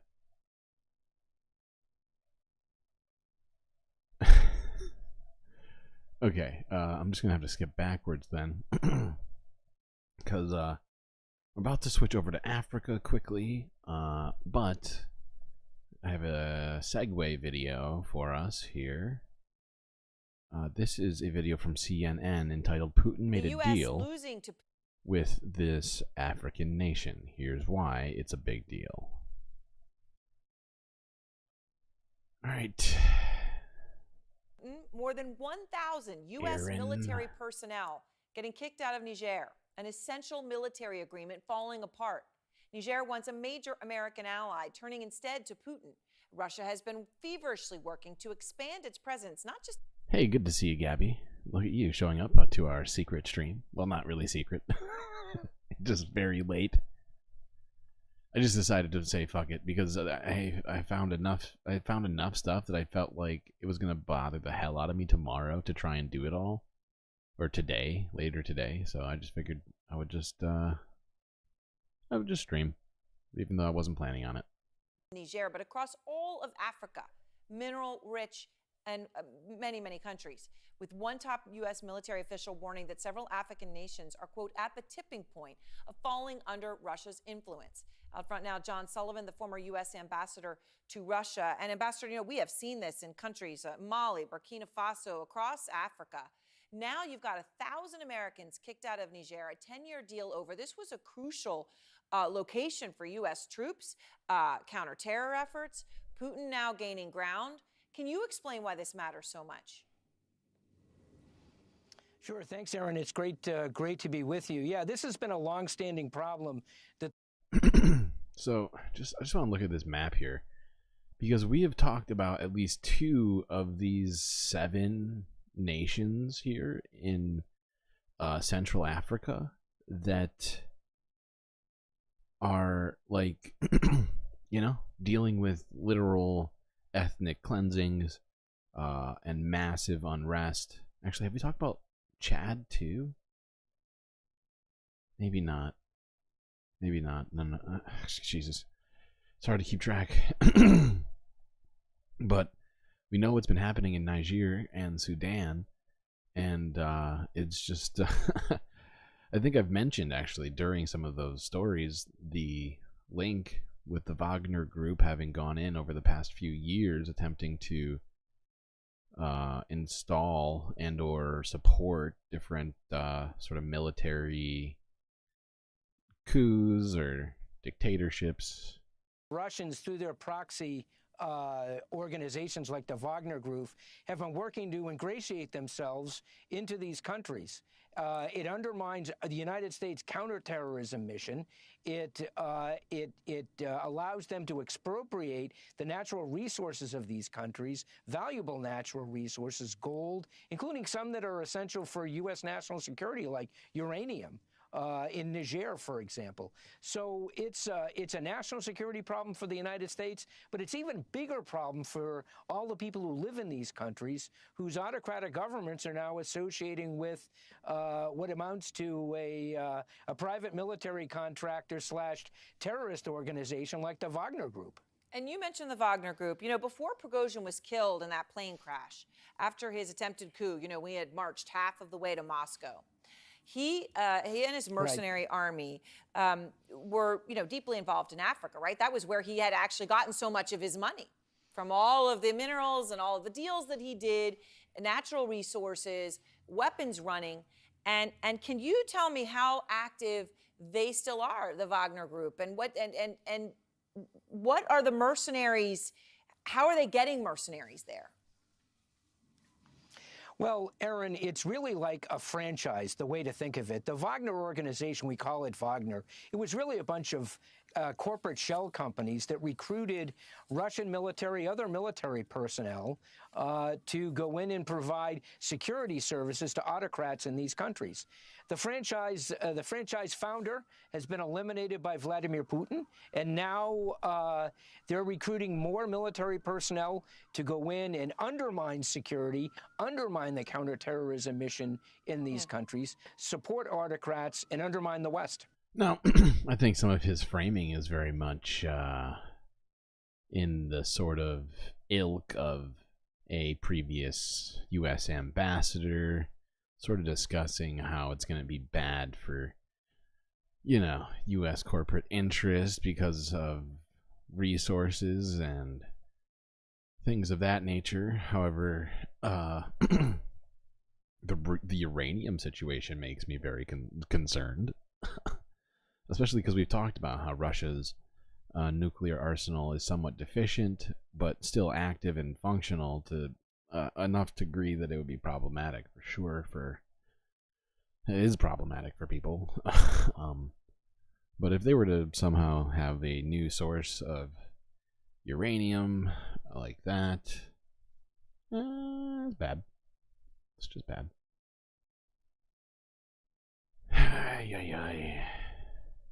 Trying to parse all this shit sometimes. It just drives me crazy.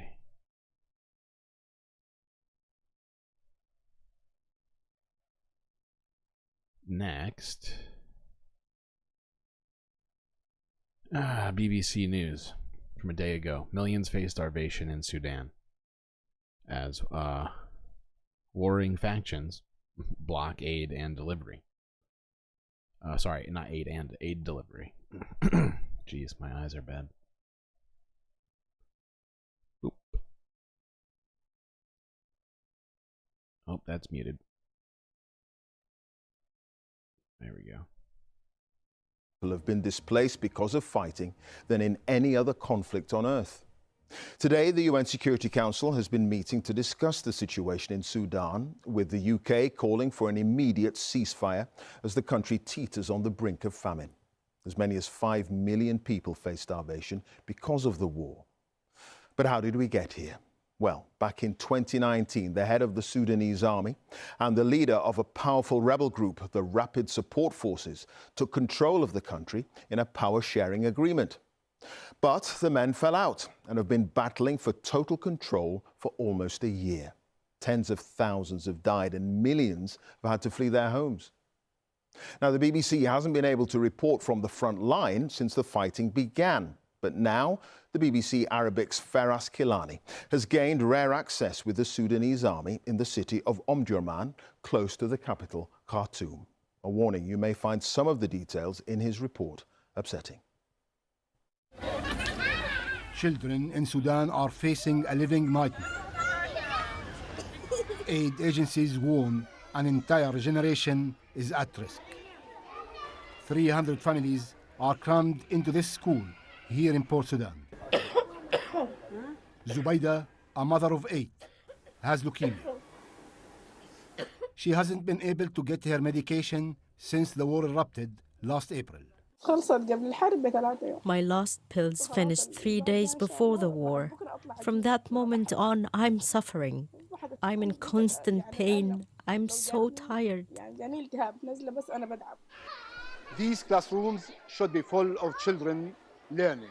Instead, desperate people from across Sudan are sheltering here for safety. But God. That is another among many depressing situations. And yeah, I just feel like we gotta keep reminding ourselves of the impending starvation that's going on over there, as well as just the humanitarian crisis involved in this war between these two military dictator wannabes that I'm not sure which one has funding, or if both of them have funding from the Wagner group. It's very, the situation is very strange to me, but it requires something needs to be done there. 100% can't just allow this to happen. And the fact is that they're not allowing aid in, so that creates an even more difficult situation to deal with. Yeah, this poor woman. Yeah, cancer and a war displacing her from her home. Not great. This next video is also from Africa, but this is South Africa. Associated Press from 2 hours ago. Taps run dry across South Africa's largest city. An unprecedented water crisis.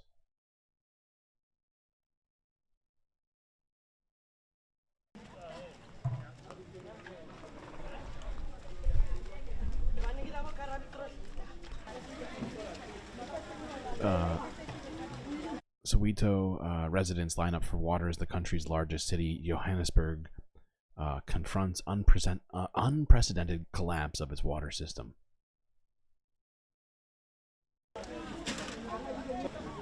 The country, already famous for its hours-long electricity shortages, is now adopting a term called water shedding. We have not received concrete reports or concrete... Do I think it's possible for the U.S. to break into war in Africa, like in Sudan?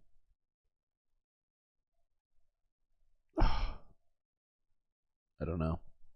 I don't know. I mean, honestly, anything's possible, but in terms of probability, it's complicated. I think it's pretty complicated. First off, the United States is starting to stretch itself pretty thin, even with the massive resources that we have, because we're policing everywhere, right? We got resources in China. I mean, literally every...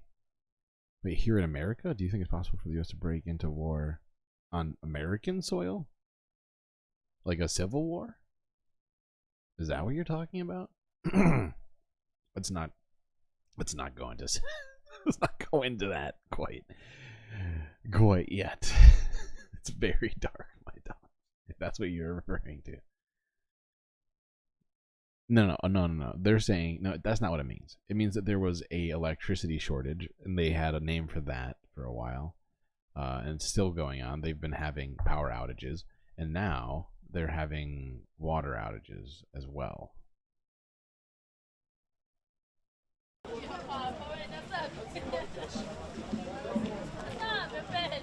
We have not received concrete reports or concrete status or status quo to say when is the water going to be restored.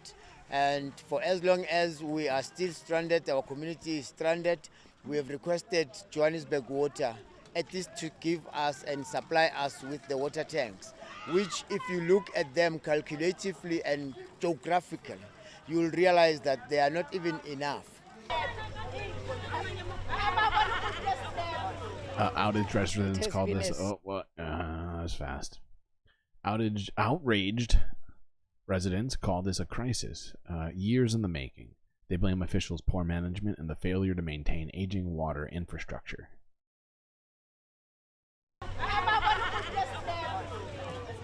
It has been a serious challenge, a very challenging time for my age, that I have to be here carrying these 20-liter buckets. And the sad thing is that we don't know when our tap's going to be wet again. Water cuts have become so frequent that residents are urged to reserve any supply they can find. As much as we want to, things should be maintained, maintenances and stuff, but communication goes a long way. Yeah, well, we wouldn't mind if they communicated to us during these days and during these times, then we could make arrangements. Yeah, well, but if in the absence of any communication... I love this picture. Even though it's a really sad situation, this kid is hilarious. He's got the one hand on his hip, and he's helping Dad hold the hose here.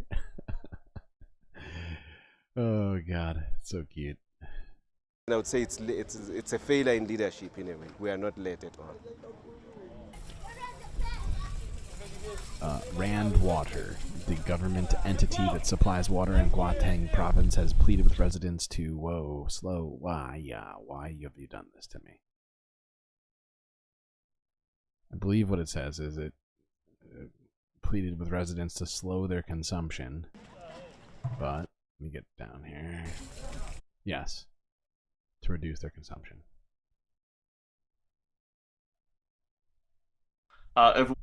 Okay.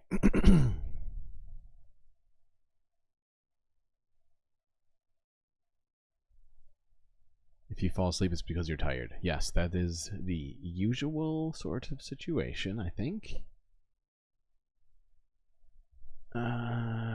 Yes. Let's look at this one real quick. This is from the AP from a day ago. Activist Nathan Law denounces Hong Kong's new national security law.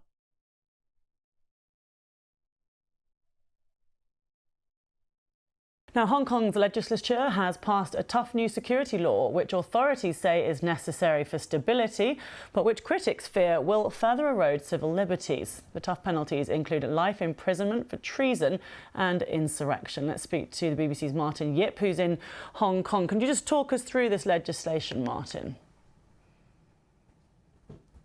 Yeah, so this has technically been stipulated in Hong Kong's mini constitution, the Hong Kong Basic Law, and is in Article 23. So it has always been called the Article 23 legislation. The whole idea is to write in whole piece of law locally to protect China's national security and interests, but Hong Kong has failed in 2003, and then we saw all those anti-government protests in between in 2014 and 2019 because of various issues, and Beijing decided, as you might remember, to impose its own law in 2020, which is just a partial one. So this time, John Lee's government took this initiative to finish what they insist their constitutional responsibility to cover things like treason, sabotage, sedition, theft of state secrets, and espionage. And the Hong Kong legislature, which is filled by just pro-Beijing legislators, had just unanimously passed this bill in the past hour or so. Yeah, okay, and as you would imagine, there's been a big concern raised by Amnesty and the like. Okay. Yeah, if you're tired, you close your eyes. No big deal. No big deal.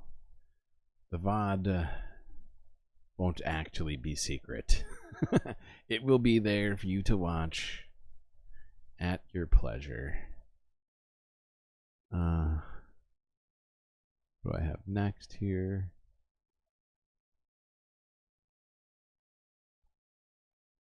Wait, I've lost my place. Okay, this is just a quick one. Just showing China's top diplomat visiting Australia since the first time since 2017.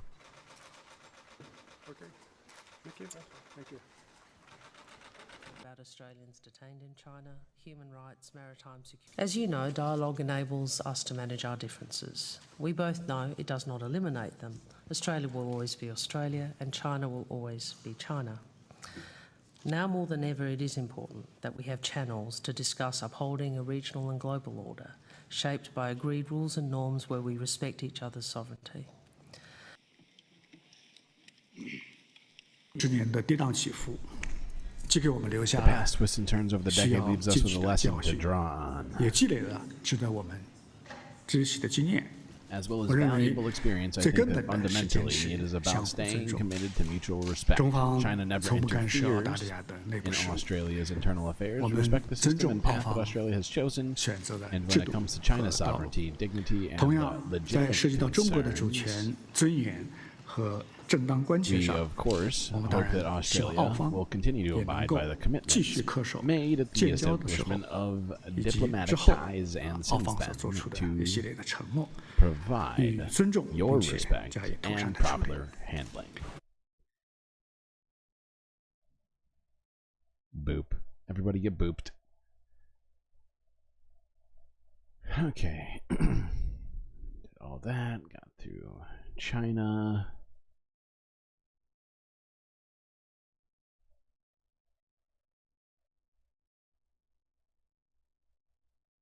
This next one is very short, showing Kim Jong-un watching hypersonic missiles testing.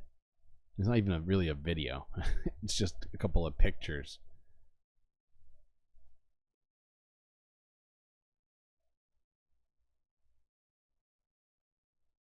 But yeah, this was posted, I believe, originally by North Korean TV. That was a repost by Associated Press.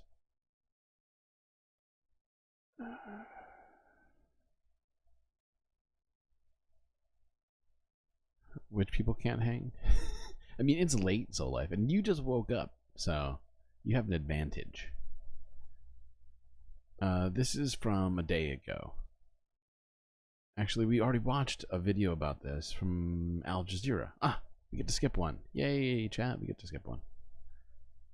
So many emojis, what do they all mean? They have different meanings. One of those is BCAT. One of the other ones is a Moanope emote. I think love and sleep emotes, I think.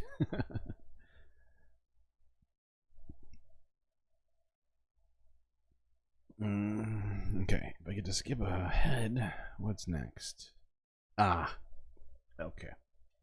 Well, we've reached the Gaza crisis. This first video is from the World Food Program spokesperson, which is the UN World Food Program, 1 day ago, saying that famine is imminent in Gaza. Fucking imminent. People are dying as we speak. It's not actually a secret meeting, Gabby. Yeah, no, not at all. But it was just a funny way to put it, because it just started so freaking late, it felt like a secret meeting.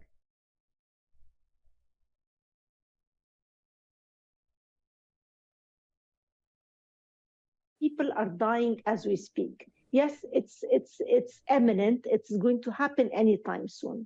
Overall, the number of people in Gaza facing catastrophic hunger has doubled since the last time we did this report 3 months ago, and it has gone from 570,000 people in December to 1.1 million people today. This is the highest ever recorded number of hunger, death, malnutrition by the IPC system, which is basically the way we monitor food insecurity. It continues to be a problem in terms of getting aid to much of Gaza, but especially the north. Why isn't that aid, much needed aid, reaching the most needy? Well, you know, there are so many reasons why we are in this situation. The issue of access. We have to have access to humanitarian and aid organizations. We have to have food supplies get inside the areas that are very difficult to reach. That's mainly North Gaza. The only way to address this catastrophic hunger in Gaza is to bring in huge amounts of food assistance today, tomorrow, and for the next month. This should not be a one-off thing, a convoy that went yesterday or the day before. This is something that needs to happen on daily basis. And we do have the food supplies ready. And if we're given the right conditions, we can scale up to reach 2.2 million people across Gaza with other humanitarian organizations. So it. Okay. I think we get it. World Food Program saying that it's a real problem. Maybe we should do something. I don't know. Sounds revolutionary. Yeah, it's a secret. That's right. That's right. This is from Democracy Now! Entitled Democratic Senator. Biden must halt arms to Israel if restrictions on Gaza aid are not lifted. Sorry, chat. This is Democracy Now!, democracynow.org, the War and Peace Report. I'm Amy Goodman. In Gaza, the Israeli military's brutal attack on Shifa Hospital, the largest hospital in Gaza, is continuing for the third day. Dozens have been killed, others forced to evacuate amidst intense bombardment and shelling on the hospital and surrounding area. Tens of thousands of wounded and displaced Palestinians have been seeking shelter at Shifa. The Israeli army said in a statement it had, quote, eliminated 90 people at the hospital and detained 300. Among those arrested was Al Jazeera journalist Mahmoud Elewa. His arrest comes 2 days after another Al Jazeera journalist, Ismail Al-Ghul, was beaten, stripped naked, and detained in the cold for 12 hours before he was released. Elsewhere in Gaza, 24 people were killed in an Israeli attack at the Kuwait roundabout where Palestinians had gathered for aid. Another 27 were killed in an Israeli attack on the Nusayrat refugee camp in central Gaza. Among those killed yesterday was Riyad al-Bana, the director of police investigations in northern Gaza, responsible for securing and facilitating the entry of aid trucks into northern Gaza. His death comes 1 day after Israeli forces killed another senior police officer in Gaza, Faik Mabhouh, who was also in charge of coordinating aid distribution in the north. This comes as the World Health Organization warned Tuesday many infants in Gaza are on the brink of death due to the lack of food. Meanwhile, Israeli Prime Minister Benjamin Netanyahu repeated his determination to invade Gaza's southernmost town, Rafah, where I just noticed that we have 10 likes, which means that we should have Scott Bakula here. There we go. We got Bakula. We got Bakula back. 1.4 million people from across Gaza have been forcibly displaced. On Monday, Netanyahu agreed in a phone call with President Biden to send a team of Israeli officials to Washington to meet with Biden administration officials after Biden urged him to find an alternative approach to a full-scale ground invasion of Rafah. But on Tuesday, Netanyahu told a parliamentary committee that while he would listen to U.S. proposals out of respect for Biden, he said, quote, "We are determined to complete the elimination of these Hamas battalions in Rafah. There's no way to do this without a ground incursion," he said.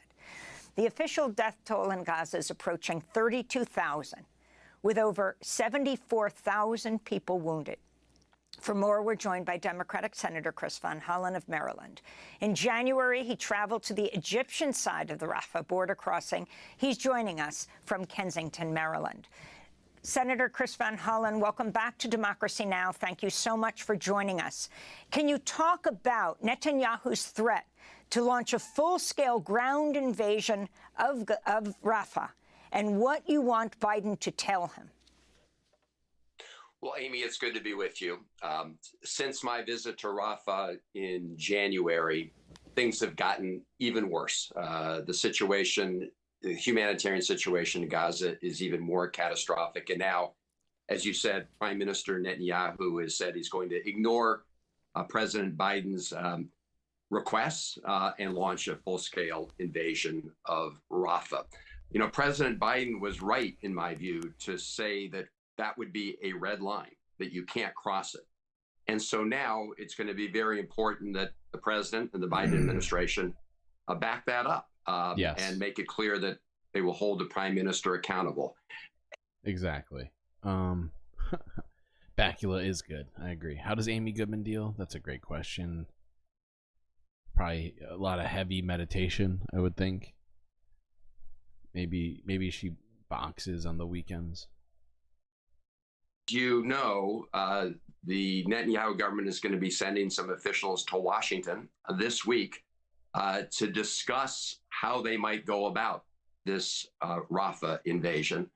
And I'm very worried, Amy, that the Biden administration will simply get dragged into the planning of this, something that is bound to go terribly wrong based on what's happened already in the months of war in Gaza, and then somehow become complicit in Netanyahu's actions in Rafah. So I would warn the administration not to get sucked into this, because we've seen time and again that at the end of the day, Prime Minister Netanyahu simply ignores the President of the United States.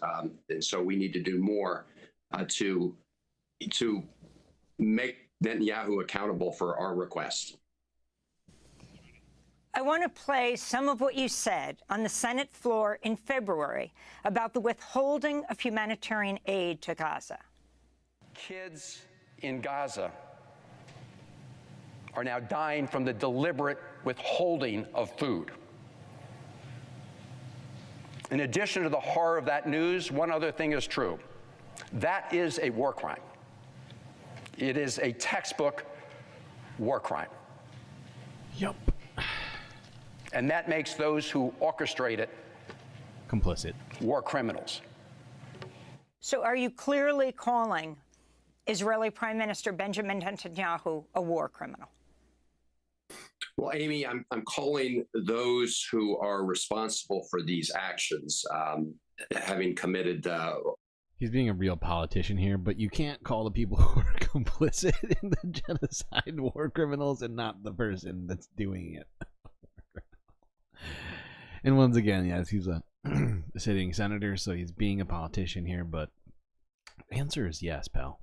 War crime. And at that moment, it was the moment that we first learned. I learned from Cindy McCain and others that kids had gone from being on the verge of starvation to having died of starvation. And Smotrich, who is the finance minister, was holding up thousands and thousands of pounds of flour at the port of Ashdod, a flour that could reach starving kids and others in Gaza. Ben-Gvir was calling on, folks down at Kerem Shalom, protesters, to continue to protest and saying that the police officials should not intervene and allow the blockage to continue. So ultimately, my view is that we're going to have to look into all of this. But for now, we just need to do what President Biden has said needs to be done, which is, for goodness sakes, lift these restrictions that are in place that are creating this humanitarian disaster in Gaza. We just learned yesterday that the highest number of people facing catastrophic hunger at any time, at least in recent history, are in Gaza today. In February, this... Okay. That's really all I wanted to watch of this one. I think it's just good to hear a U.S. senator saying that Biden has to hold the line, halt arms, and actually do what he said that they were going to do.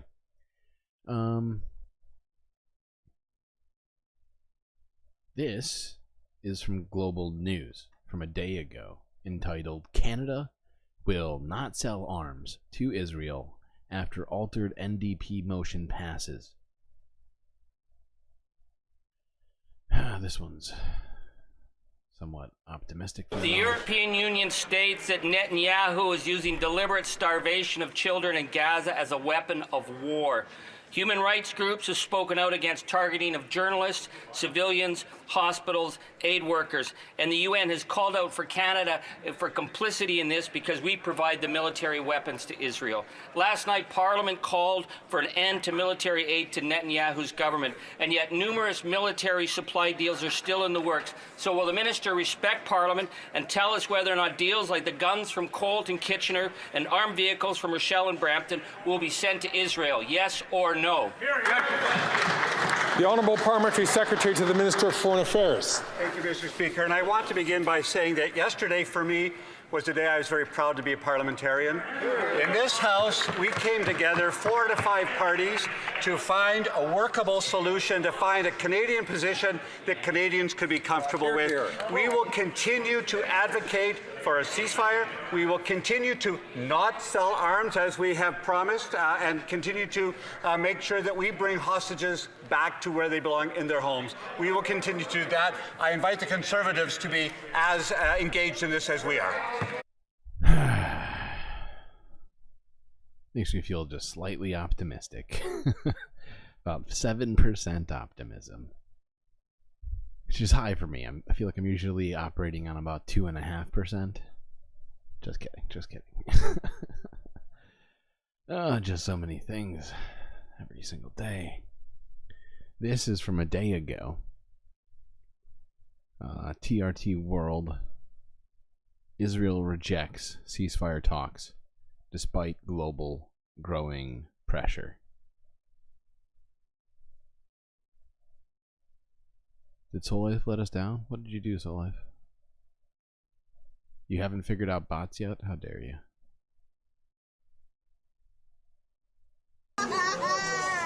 Every day without a ceasefire in Gaza, around every corner, there is more pain and more death. As this girl grieved over the victim of an Israeli airstrike in Rafah, these bodies, likely still warm, talks of a pause in the relentless assault on this enclave stalled. There's US support, European support, and the support of the whole world for Israel. They support them with weapons and planes. Rafah has been targeted by Israeli attacks, despite it being the last place Palestinians were able to flee. Across the Gaza Strip, assaults have also continued. Israeli army footage showed what it claimed was its raid on Al-Shifa hospital in Gaza City. That has entered its second day. Israel's military... What, Morbius, you're going to try and hack the system to get 20 likes so you can get Captain Cisco up here? Wow, that's drastic measures. Says it has arrested 180 suspected militants and killed more than 50. Israeli Prime Minister Benjamin Netanyahu said overnight on Monday he'd spoken to US President Joe Biden on the phone for the first time in more than a month. Tensions between the two allies have been growing over Israel's continued assault on Gaza. How have they not talked in more than a month? That's crazy. More innocent civilians have died in this conflict, in this military operation, than in all of the wars in Gaza combined, including thousands of children. A humanitarian crisis has descended across Gaza, and anarchy reigns in areas that Israel's military has cleared but not stabilized. Aid trucks were seen arriving under cover of darkness in Gaza City in the early hours of Tuesday morning. The humanitarian situation and looming famine threatened to kill countless more Palestinians than those who've already perished in the Israeli attacks. If you look at some of the assessments that we're seeing now, they only underscore the urgency of making sure that this assistance is a priority and that it's sustained. There had been hope that diplomats could find a way to help. US Secretary of State Anthony Blinken said he was headed to Saudi Arabia and Egypt for discussions over a ceasefire. A new round of truce talks mediated by Qatar failed to find a way forward on Tuesday. I don't think we are at a moment now where we can say that we are close to a deal. We are, as I said, we are cautiously optimistic because the talks have resumed, and that is a good thing, and we hope that that continues. Okay. Well, that unfortunately takes down my optimism by about 1%. But thankfully, the world is at least still applying more and more pressure. Hopefully, it will not be in vain. What time is it? How far are we in here?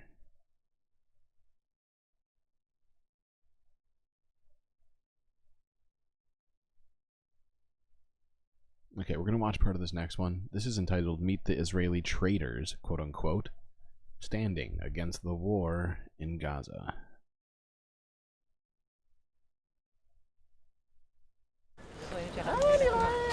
Outside the gates of an Israeli military prison, two proud parents wait for their daughter to be released.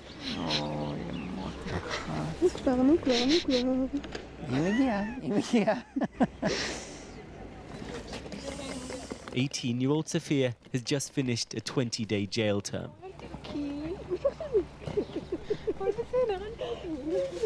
Her crime? She's one of only... What word with the long-ass line? I did not see that. I have no idea what you're talking about. Two conscientious objectors since the war in Gaza began, refusing Israel's compulsory military service. Yeah, maybe go to the shade. Yeah. I'm very hot. How do you feel? Was it worth it? Yes. Short answer, yes. Yes. Long answer is that it's hard. It's important for me personally to make that stand and to resist the notion that all soldiers are heroes and they are protecting the country instead of continuing a cycle of violence. Right now, with the atmosphere around the war in Gaza, you're a tiny, tiny minority. I've gotten called in prison, straight up face-to-face, a traitor.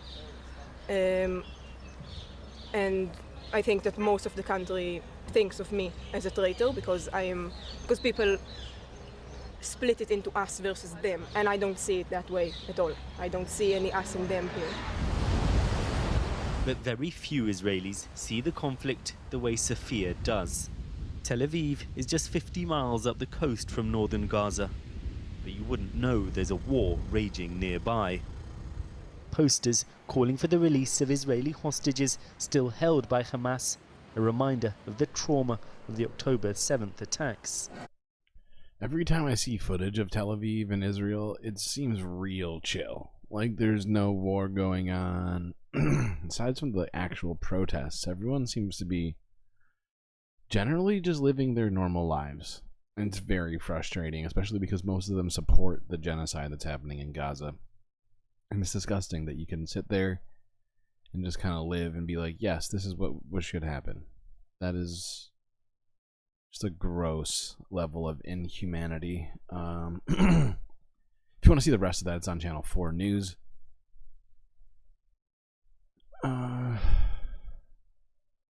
This came out right after this. Israeli strikes kill 23 aid workers at Gaza's Kuwait roundabout. This is from TRT.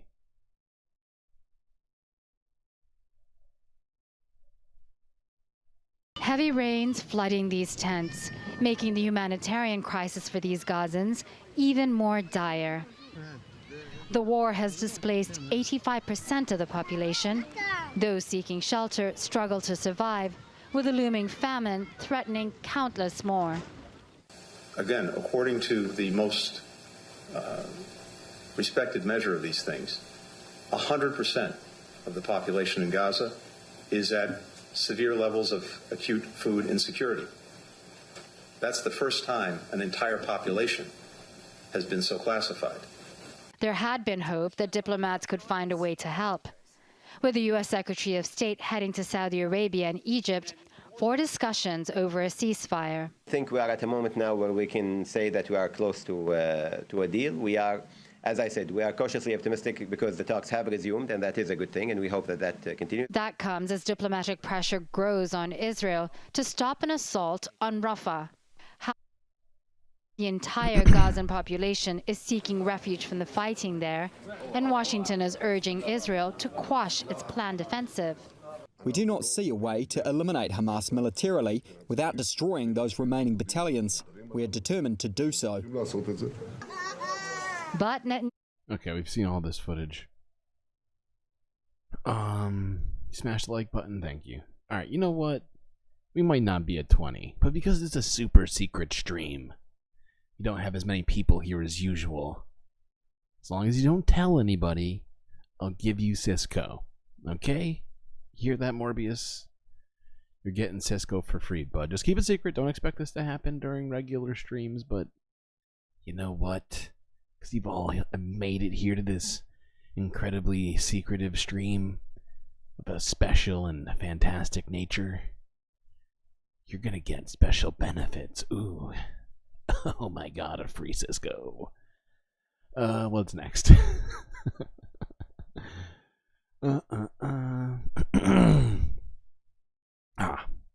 Democracy Now! 17 hours ago.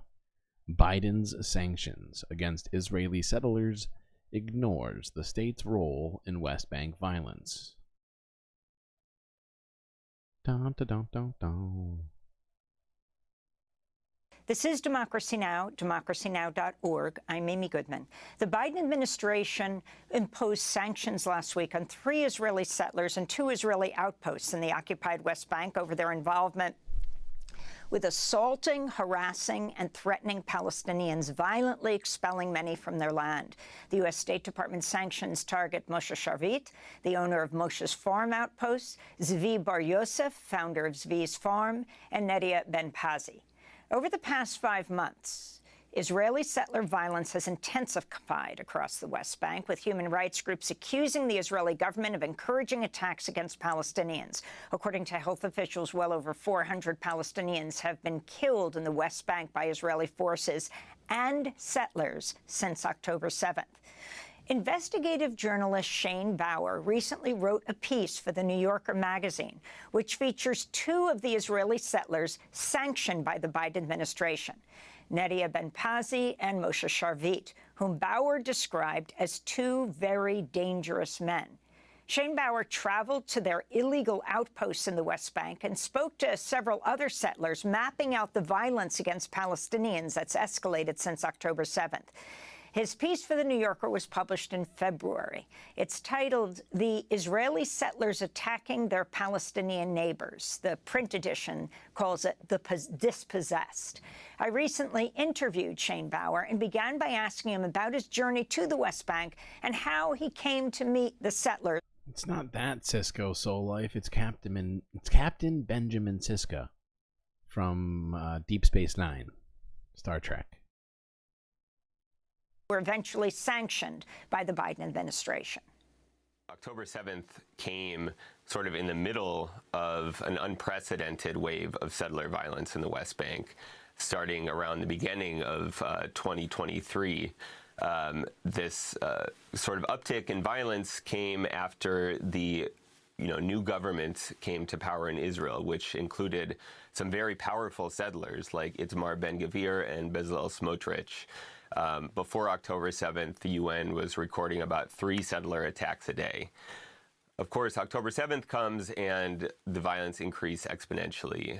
I was seeing just days after October 7th reports from Israeli and Palestinian human rights groups about attacks and some villages that were being depopulated.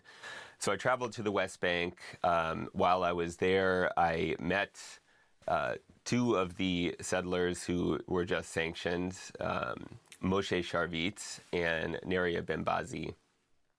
These are guys who run farms. They're shepherding farms, and this is a fairly new type of tactic used to seize land by settlers in the West Bank. Essentially, there are settlers that are setting up outposts. These are, illegal under Israeli law, not only international law, which considers all settlements illegal, but even Israel considers these outposts illegal. However, Israel has, as Moshe's wife, Moria, told me, Israel was supporting them in setting up the outposts. They consulted with many branches of government. They got support from the army. This outpost that I went to was sort of a small farm where they have a bunch of sheep. And the idea of these kind of shepherding outposts is that the settlers with relatively small number of people can control a large area of land. What they do is they go out and graze. I mean, it's essentially this like quasi like libertarian like theocratic ideology, right? Where it's like if I put like a post in the ground and get a sheep to graze here, this is mine now. Type of theory. Yeah, you missed it, Morbius. I decided that since it's a super secret stream and that people were trying to like it to get it to 20, as long as you don't tell anybody, this isn't gonna happen. This is it's a one of a kind situation. You're getting a free Cisco today. So enjoy it. And forcibly push out any Palestinians that are in that territory. So they're kind of part of a strategy which is to sort of clear the part of the West Bank known as Area C. This is the 60% of the West Bank that is essentially under Israeli control, to keep it clear of Palestinians in the hopes of an eventual annexation to Israel. I want to interrupt for a second, Shane, because when you talk about Area C, I don't think most people understand the divisions, Area A, Area B, and Area C, if you can explain. Right. Sure. So in the Oslo Accords of the 1990s, the West Bank was basically divided into 3 zones. Area A would be under the full control of the Palestinian Authority. That included the major cities like Ramallah and Nablus. And Area B was mostly the Palestinian villages. And there, Israel would have security control and the Palestinian Authority would have administrative control. It looks like... it's not even Swiss cheese. It looks insane. It looks like gerrymandering gerrymandering an entire country, but instead of votes, it's military control. The rest of the territory is Area C, where Israel would have full military security control and administrative control. So what you have, if you look at the map of these areas, you essentially have hundreds of islands of Area A and B that are sort of in a sea of Area C. And so if you imagine the annexation of Area C, what it would look like is the creation of many small enclaves, Palestinian enclaves, sort of like creating numerous Gaza strips within the West Bank, or Bantustans in the South African apartheid model. These areas would have Palestinians living in them, but according to the plan of Bezalel Smotrich, who is in charge essentially of the West Bank, Palestinians living there would not have voting rights. So there's been an ongoing campaign by settlers to sort of claim Area C for Israel. It's it's over since the 90s been treated more and more by Israel as sort of a part of Israel, but there's a push to make it, more official. And Smotrich has come out with a plan years ago, which essentially says that he wants to annex the West Bank. Palestinians who don't like this can either leave or stay as non-voting citizens, which essentially is a formalization of apartheid. Yeah, it's insane, is what it is. It's insane. Imagine if I'm just trying to think of an easy example here. Imagine if America decided that Mexico was now America. That's basically what's happening there. And if Mexicans want to leave, that's fine, but they're not going to have rights. And, oh my fucking God. This is craziness. I wanted to go to a clip that I'd like you to set up. This you yourself filmed while you were reporting on the West Bank. If you can, it is an image of that you're talking to Israeli soldiers who are speaking in English to you. Explain where you are, what the circumstances were, why you ended up talking to them. So when I got to the West Bank, I first started to try to meet people who had been attacked previously. So I went to the village of Qusra, which had just days after October 7th been very violently attacked by settlers in a neighboring outpost. A number of people were killed. And then the following day, we have seen so many of those videos at this point, too. It's crazy. That's how we got a good. Look, I don't appreciate you picking apart my analogy. Okay, it wasn't meant to be deeply analyzed. It was just an example. You're obviously correct. That is how we got a good chunk of the U.S. In the funeral procession, when the bodies were being taken from the hospital to the village, the procession was interrupted by a blockade of settlers and soldiers, and the settlers shot and killed 2 more people. So I was interviewing the brother of a man who was killed, and he happened to be busy working in his picking olives just outside the village. So I went there to interview him while he was working, and while we were speaking, we saw soldiers start to approach from the distant outpost. So this is the clip that Shane recorded. These guys are literally just harvesting olives, and the army is coming in. There are terrorists in all this village, okay? It's not just in Gaza, okay? We arrest Hamas, okay? Hamas in all this village. But they're just harvesting olives. They don't have any weapons. There's no weapons. It's clear. Right? I don't fight with weapons. Yeah? No, but they don't have weapons. I'm also with no weapons. Well, you have weapons. The soldier is putting up his hands saying, we don't have weapons, but of course he's moving the automatic weapon on his, that is slung over his shoulder. And he's saying there are terrorists in all of these. That guy doesn't seem like he was prepared for any kind of debate. Villages. There's Hamas in all of these villages. Shane. Right. So one thing that was happening while I was there was it was the olive harvesting season. Many Palestinians in the West Bank supplement their income through harvesting olives from orchards that have generally been in their families for generations. And I was on various social media groups by settlers. I was talking to settlers, and were sort of pushing a narrative that olive harvesters were undercover Hamas agents who were trying to attack their settlements. So they were using this as a precedent or as an excuse to sort of forcibly push. Yeah, they're illegal settlements, even if that were the case, which it clearly is not. Out of their groves and prevent the harvest. Of course, this is impacting their livelihood and is, an attempt to sort of encourage people to leave. And there was one village where they actually put flyers on the cars of people who were out at the harvest, threatening a new Nakba. The Nakba is sort of the Palestinian word for the expulsion of 750,000 Palestinians in 1948. So, and people had been killed. I reported about a man, Bilal Saleh, who was killed by settlers in his olive grove. So, you know, I saw this over and over. Maybe those clippers are like secretly a bomb, I guess. Again, this sort of, you know, claim that regular civilian Palestinians were in fact Hamas agents, and that in order to protect the settlements, they had to sort of, you know, push them out.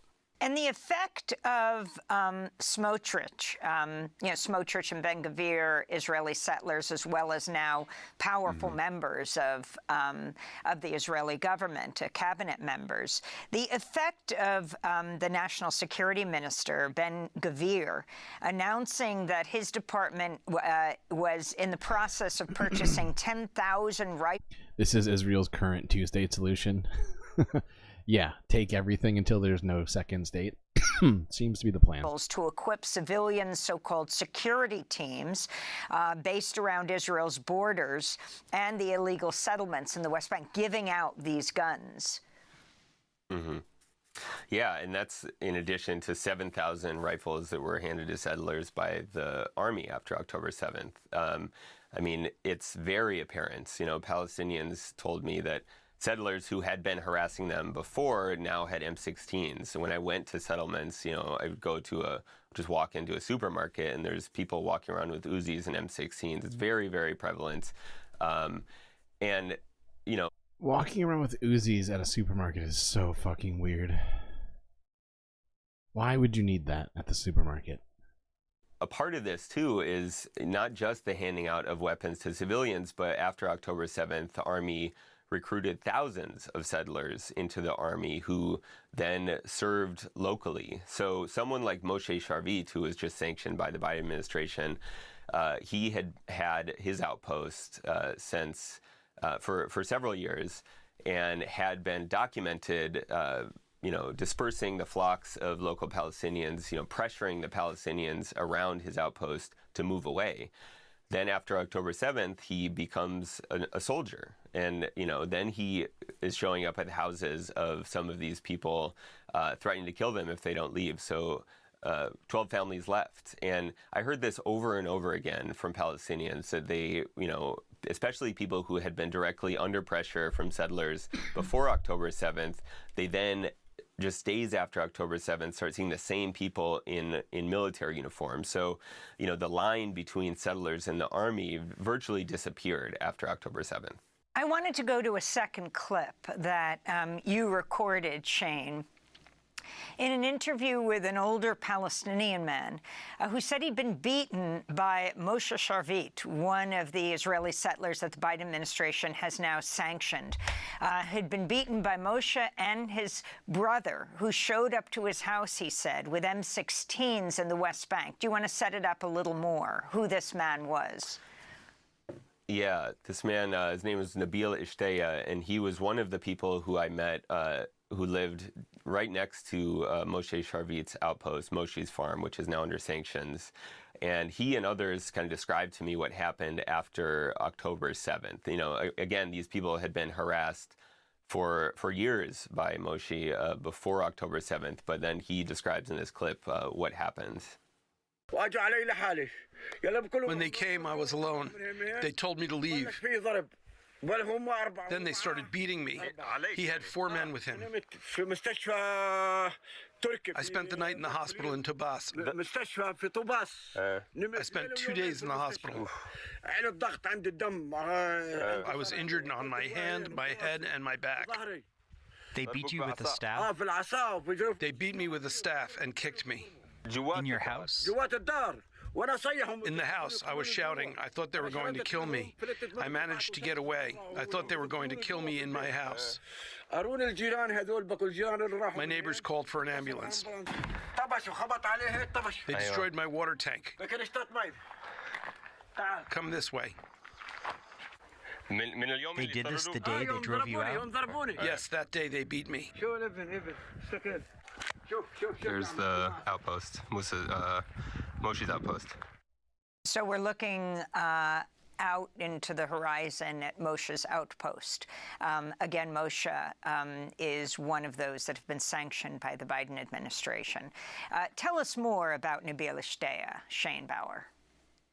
One thing that was not in that clip is that what Nabil told me is that that day soldiers arrived at his house first and said that Moshe had claimed that he was hiding terrorists in his house. So they searched his house, left, and as soon as they left, Moshe and some other guys showed up and beat him up. And, you know, something I want to emphasize is that Moshe, you know, I spoke extensively to his wife, Moria, and she described to me the different types of support that they are getting from the government for their outposts, again, that is considered even by Israel to be illegal. When they set up the outpost, they were, she said they had a gazillion meetings with various branches of the government. The Army gave them M16s. They set up, the Army set up surveillance cameras in the area surrounding the outpost, which the Army controls itself. You know, Moria said that they were the eyes for the Army. And, you know, again, Moshe himself is now a soldier. So when we talk about... Yeah, and being the eyes for the Army essentially makes them military. Right? How is it not? If they're scouts, if they're essentially scouting territory and keeping the military informed of the area that they are occupying, it basically makes them military scouts. By the time it stops, will there be anyone left in Gaza? Fantastic question that had better be yes. About the sanctions that the Biden administration has implemented. You know, the sanctions target Moshe as an individual. They freeze any assets he might have in the United States. But the executive order that, you know, authorizes sanctions also against individuals or officials in government entities who financially or materially support these individuals. So, you know, the elephant in the room here is that this man, including along with Naria Benbazi, is supported by the state of Israel directly. So, you know, according to the language of the sanctions, that would mean that the state of Israel itself and all the various organizations that are supporting him should themselves be sanctioned, but of course they haven't been. Shane, you wrote on X, Israel allocated land to Benbazi for an illegal outpost within the area targeted for annexation and paid for guards who violently expelled Palestinians from the surrounding land. Senior IDF officers, including Defense Minister Yoav Gallant, regularly visited his outpost. Tell us more. Yeah, Benbazi is interesting himself because he, back in 2015, was, you know, he established an outpost that was considered by Shin Bet, Israel's internal security branch, to be sort of a center of Jewish terrorism. People who lived there had later been convicted for hate crimes, arson. Exactly. And the fact is supplying Israel is hugely problematic. All right, we got one more video left here. Uno mas, chat. It's a short secret stream. Oh, well, if you can't go any longer, no worries, Morbius. This is basically the end as it is. Just one more.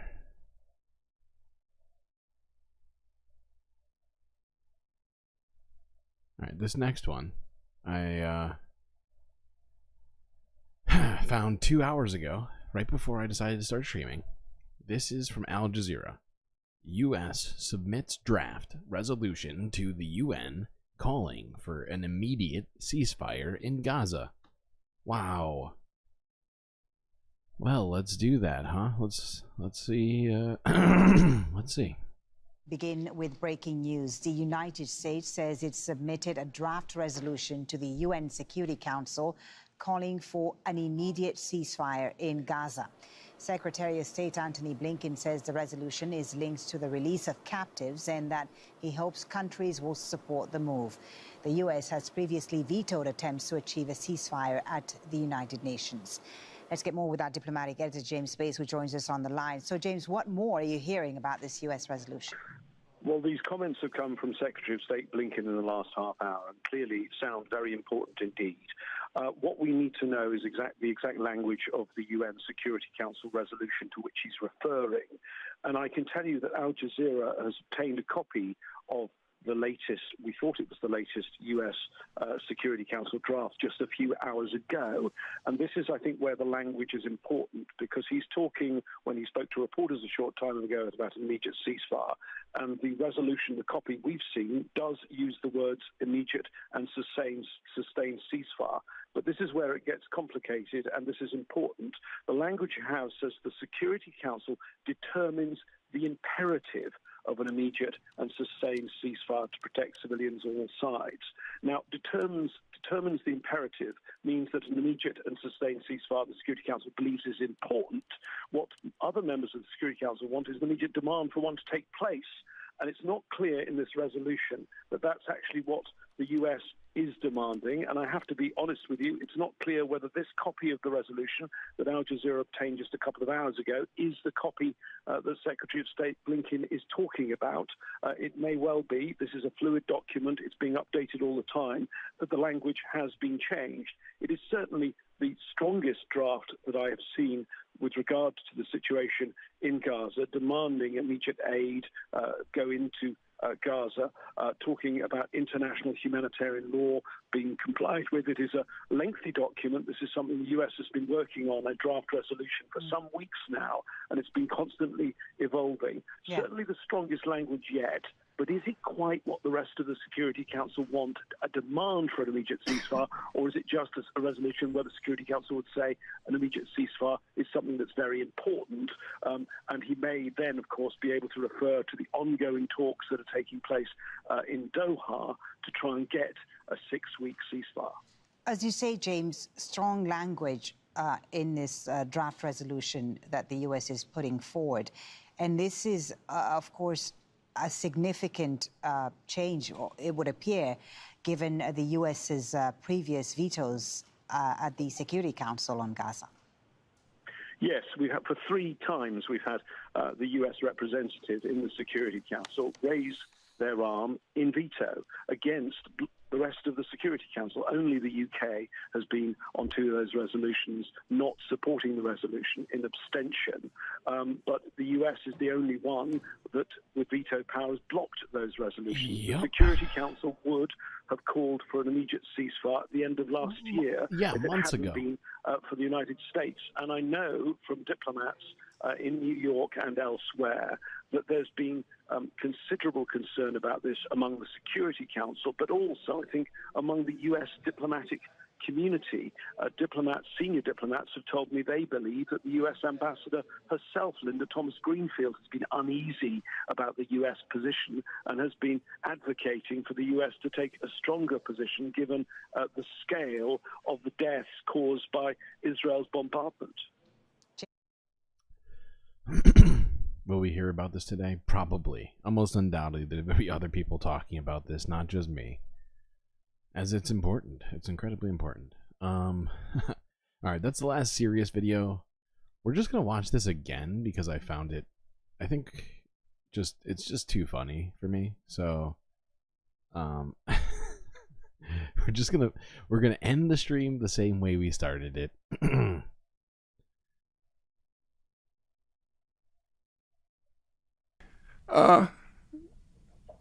Your name, please? Stephen Bonnell. Okay. Mr. Bonnell, I'm a lot more literate than you, Mr. Borelli. I'm going to believe that's not controversial. Mr. Bonnell. Literally, Mr. you Borelli, can Mr. Google Borelli, it. with all due respect, the problem, Mr. Borelli, is you don't know the English language. Multiple With all due respect, Mr. Bonnell, to see the misrepresentations that Mr. Bonnell... Mr. Borelli! Mr. Borelli! I want to read one. Let him read. Mr. Borelli, please don't teach me about the English language. Did you read the case? Yeah. It is Mr. a highly Pirelli, special intent I'm to be going to convicted ask you of again. genocide. Yes. Please stop displaying your imbecility. Okay, I'm sorry if you think the declaration of the judge is imbecile. Don't put on public display that you're a moron. Display on camera if you're comfortable putting yours in Mr. books, Pirelli, okay? I read the case around 4 times. They just don't show genocide. I feel like half of the like Benny Morris's reactions to this, because I feel like he agrees with what most of Finkelstein is saying on this. Pirelli, brace yourself. The Israeli Minister of Mr. Finance on the Pirelli, 8th of October. War. Mr. Bonnell, Wait, you do know how to pronounce my name. Are you mispronouncing it intentionally? He made you into an Italian all the time. It may be meaningless to you, Mr. It was Bonnell. meaningless to everyone in the region. Mr. Bonnell. Who owned the Gaza Strip before 67? Mr. Bonnell, don't change the subject. The actual Destiny alternative. should Yes, talk about making money off you're a of media idiocy. blitz. Listen to this. The only option is Mr. Bonnell combat. is now an expert on Palestinian mentality. Where it was a good We faith have effort. a written record. With all due respect. We have a written Mr. record, Pop Mr. Historian, Burrell. you can't even read the written records. I don't know why you're referring to it, Excuse okay? me? I just said there are 15,000 pages on Annapolis. And I'm sure you cherry-picked your favorite quotes I from don't all of them, cherry-pick. okay? Cherry-pick. That's Hey, at great. least, That's Mr. great. Burrell, at Yeah. least I had a quote to cherry That's pick. great. All you Twinklestein, have and is I can, Wikipedia. Do you want me? I gave you quotes. All you I have can is give you quotes. Do you want Wikipedia. quotes? They asked for all of Israel in 67. Okay, What do you Mr. think those Bonnell, wars were about? you talk You're not going to so- respond you to talk anything so- I'm saying because you have no I'll answer. respond to you. That's correct. Okay, yeah. Mr. Bonnell.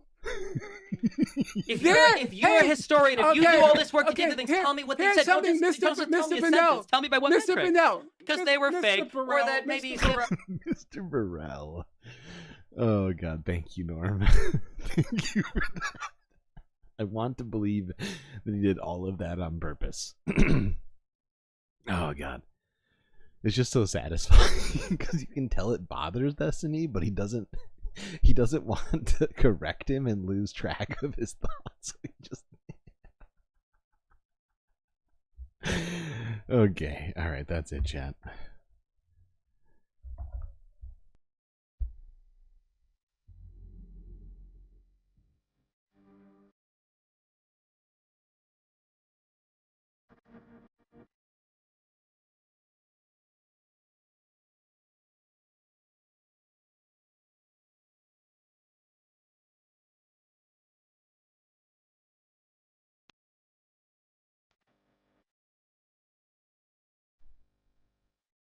Well, it's been an interesting night / morning. I hope you had a great time.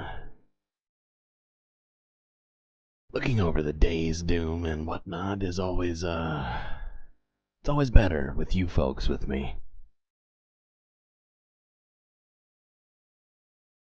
Well, Streamlord signing out. Till I see you next time, you stay classy, Galactic Stream Nation.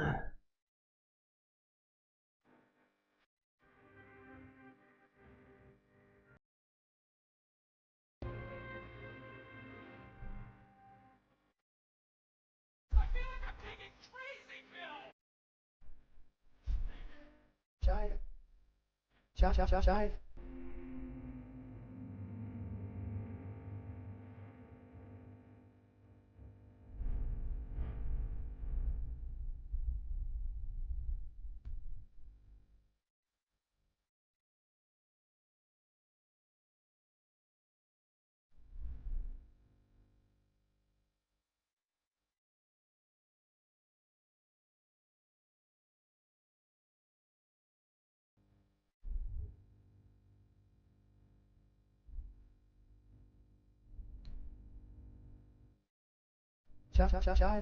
China. It's a bold strategy, Cotton. Let's see if it pays off for him.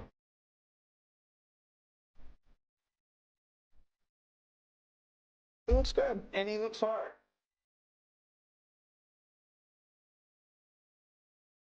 This is from 12 Rules for Life.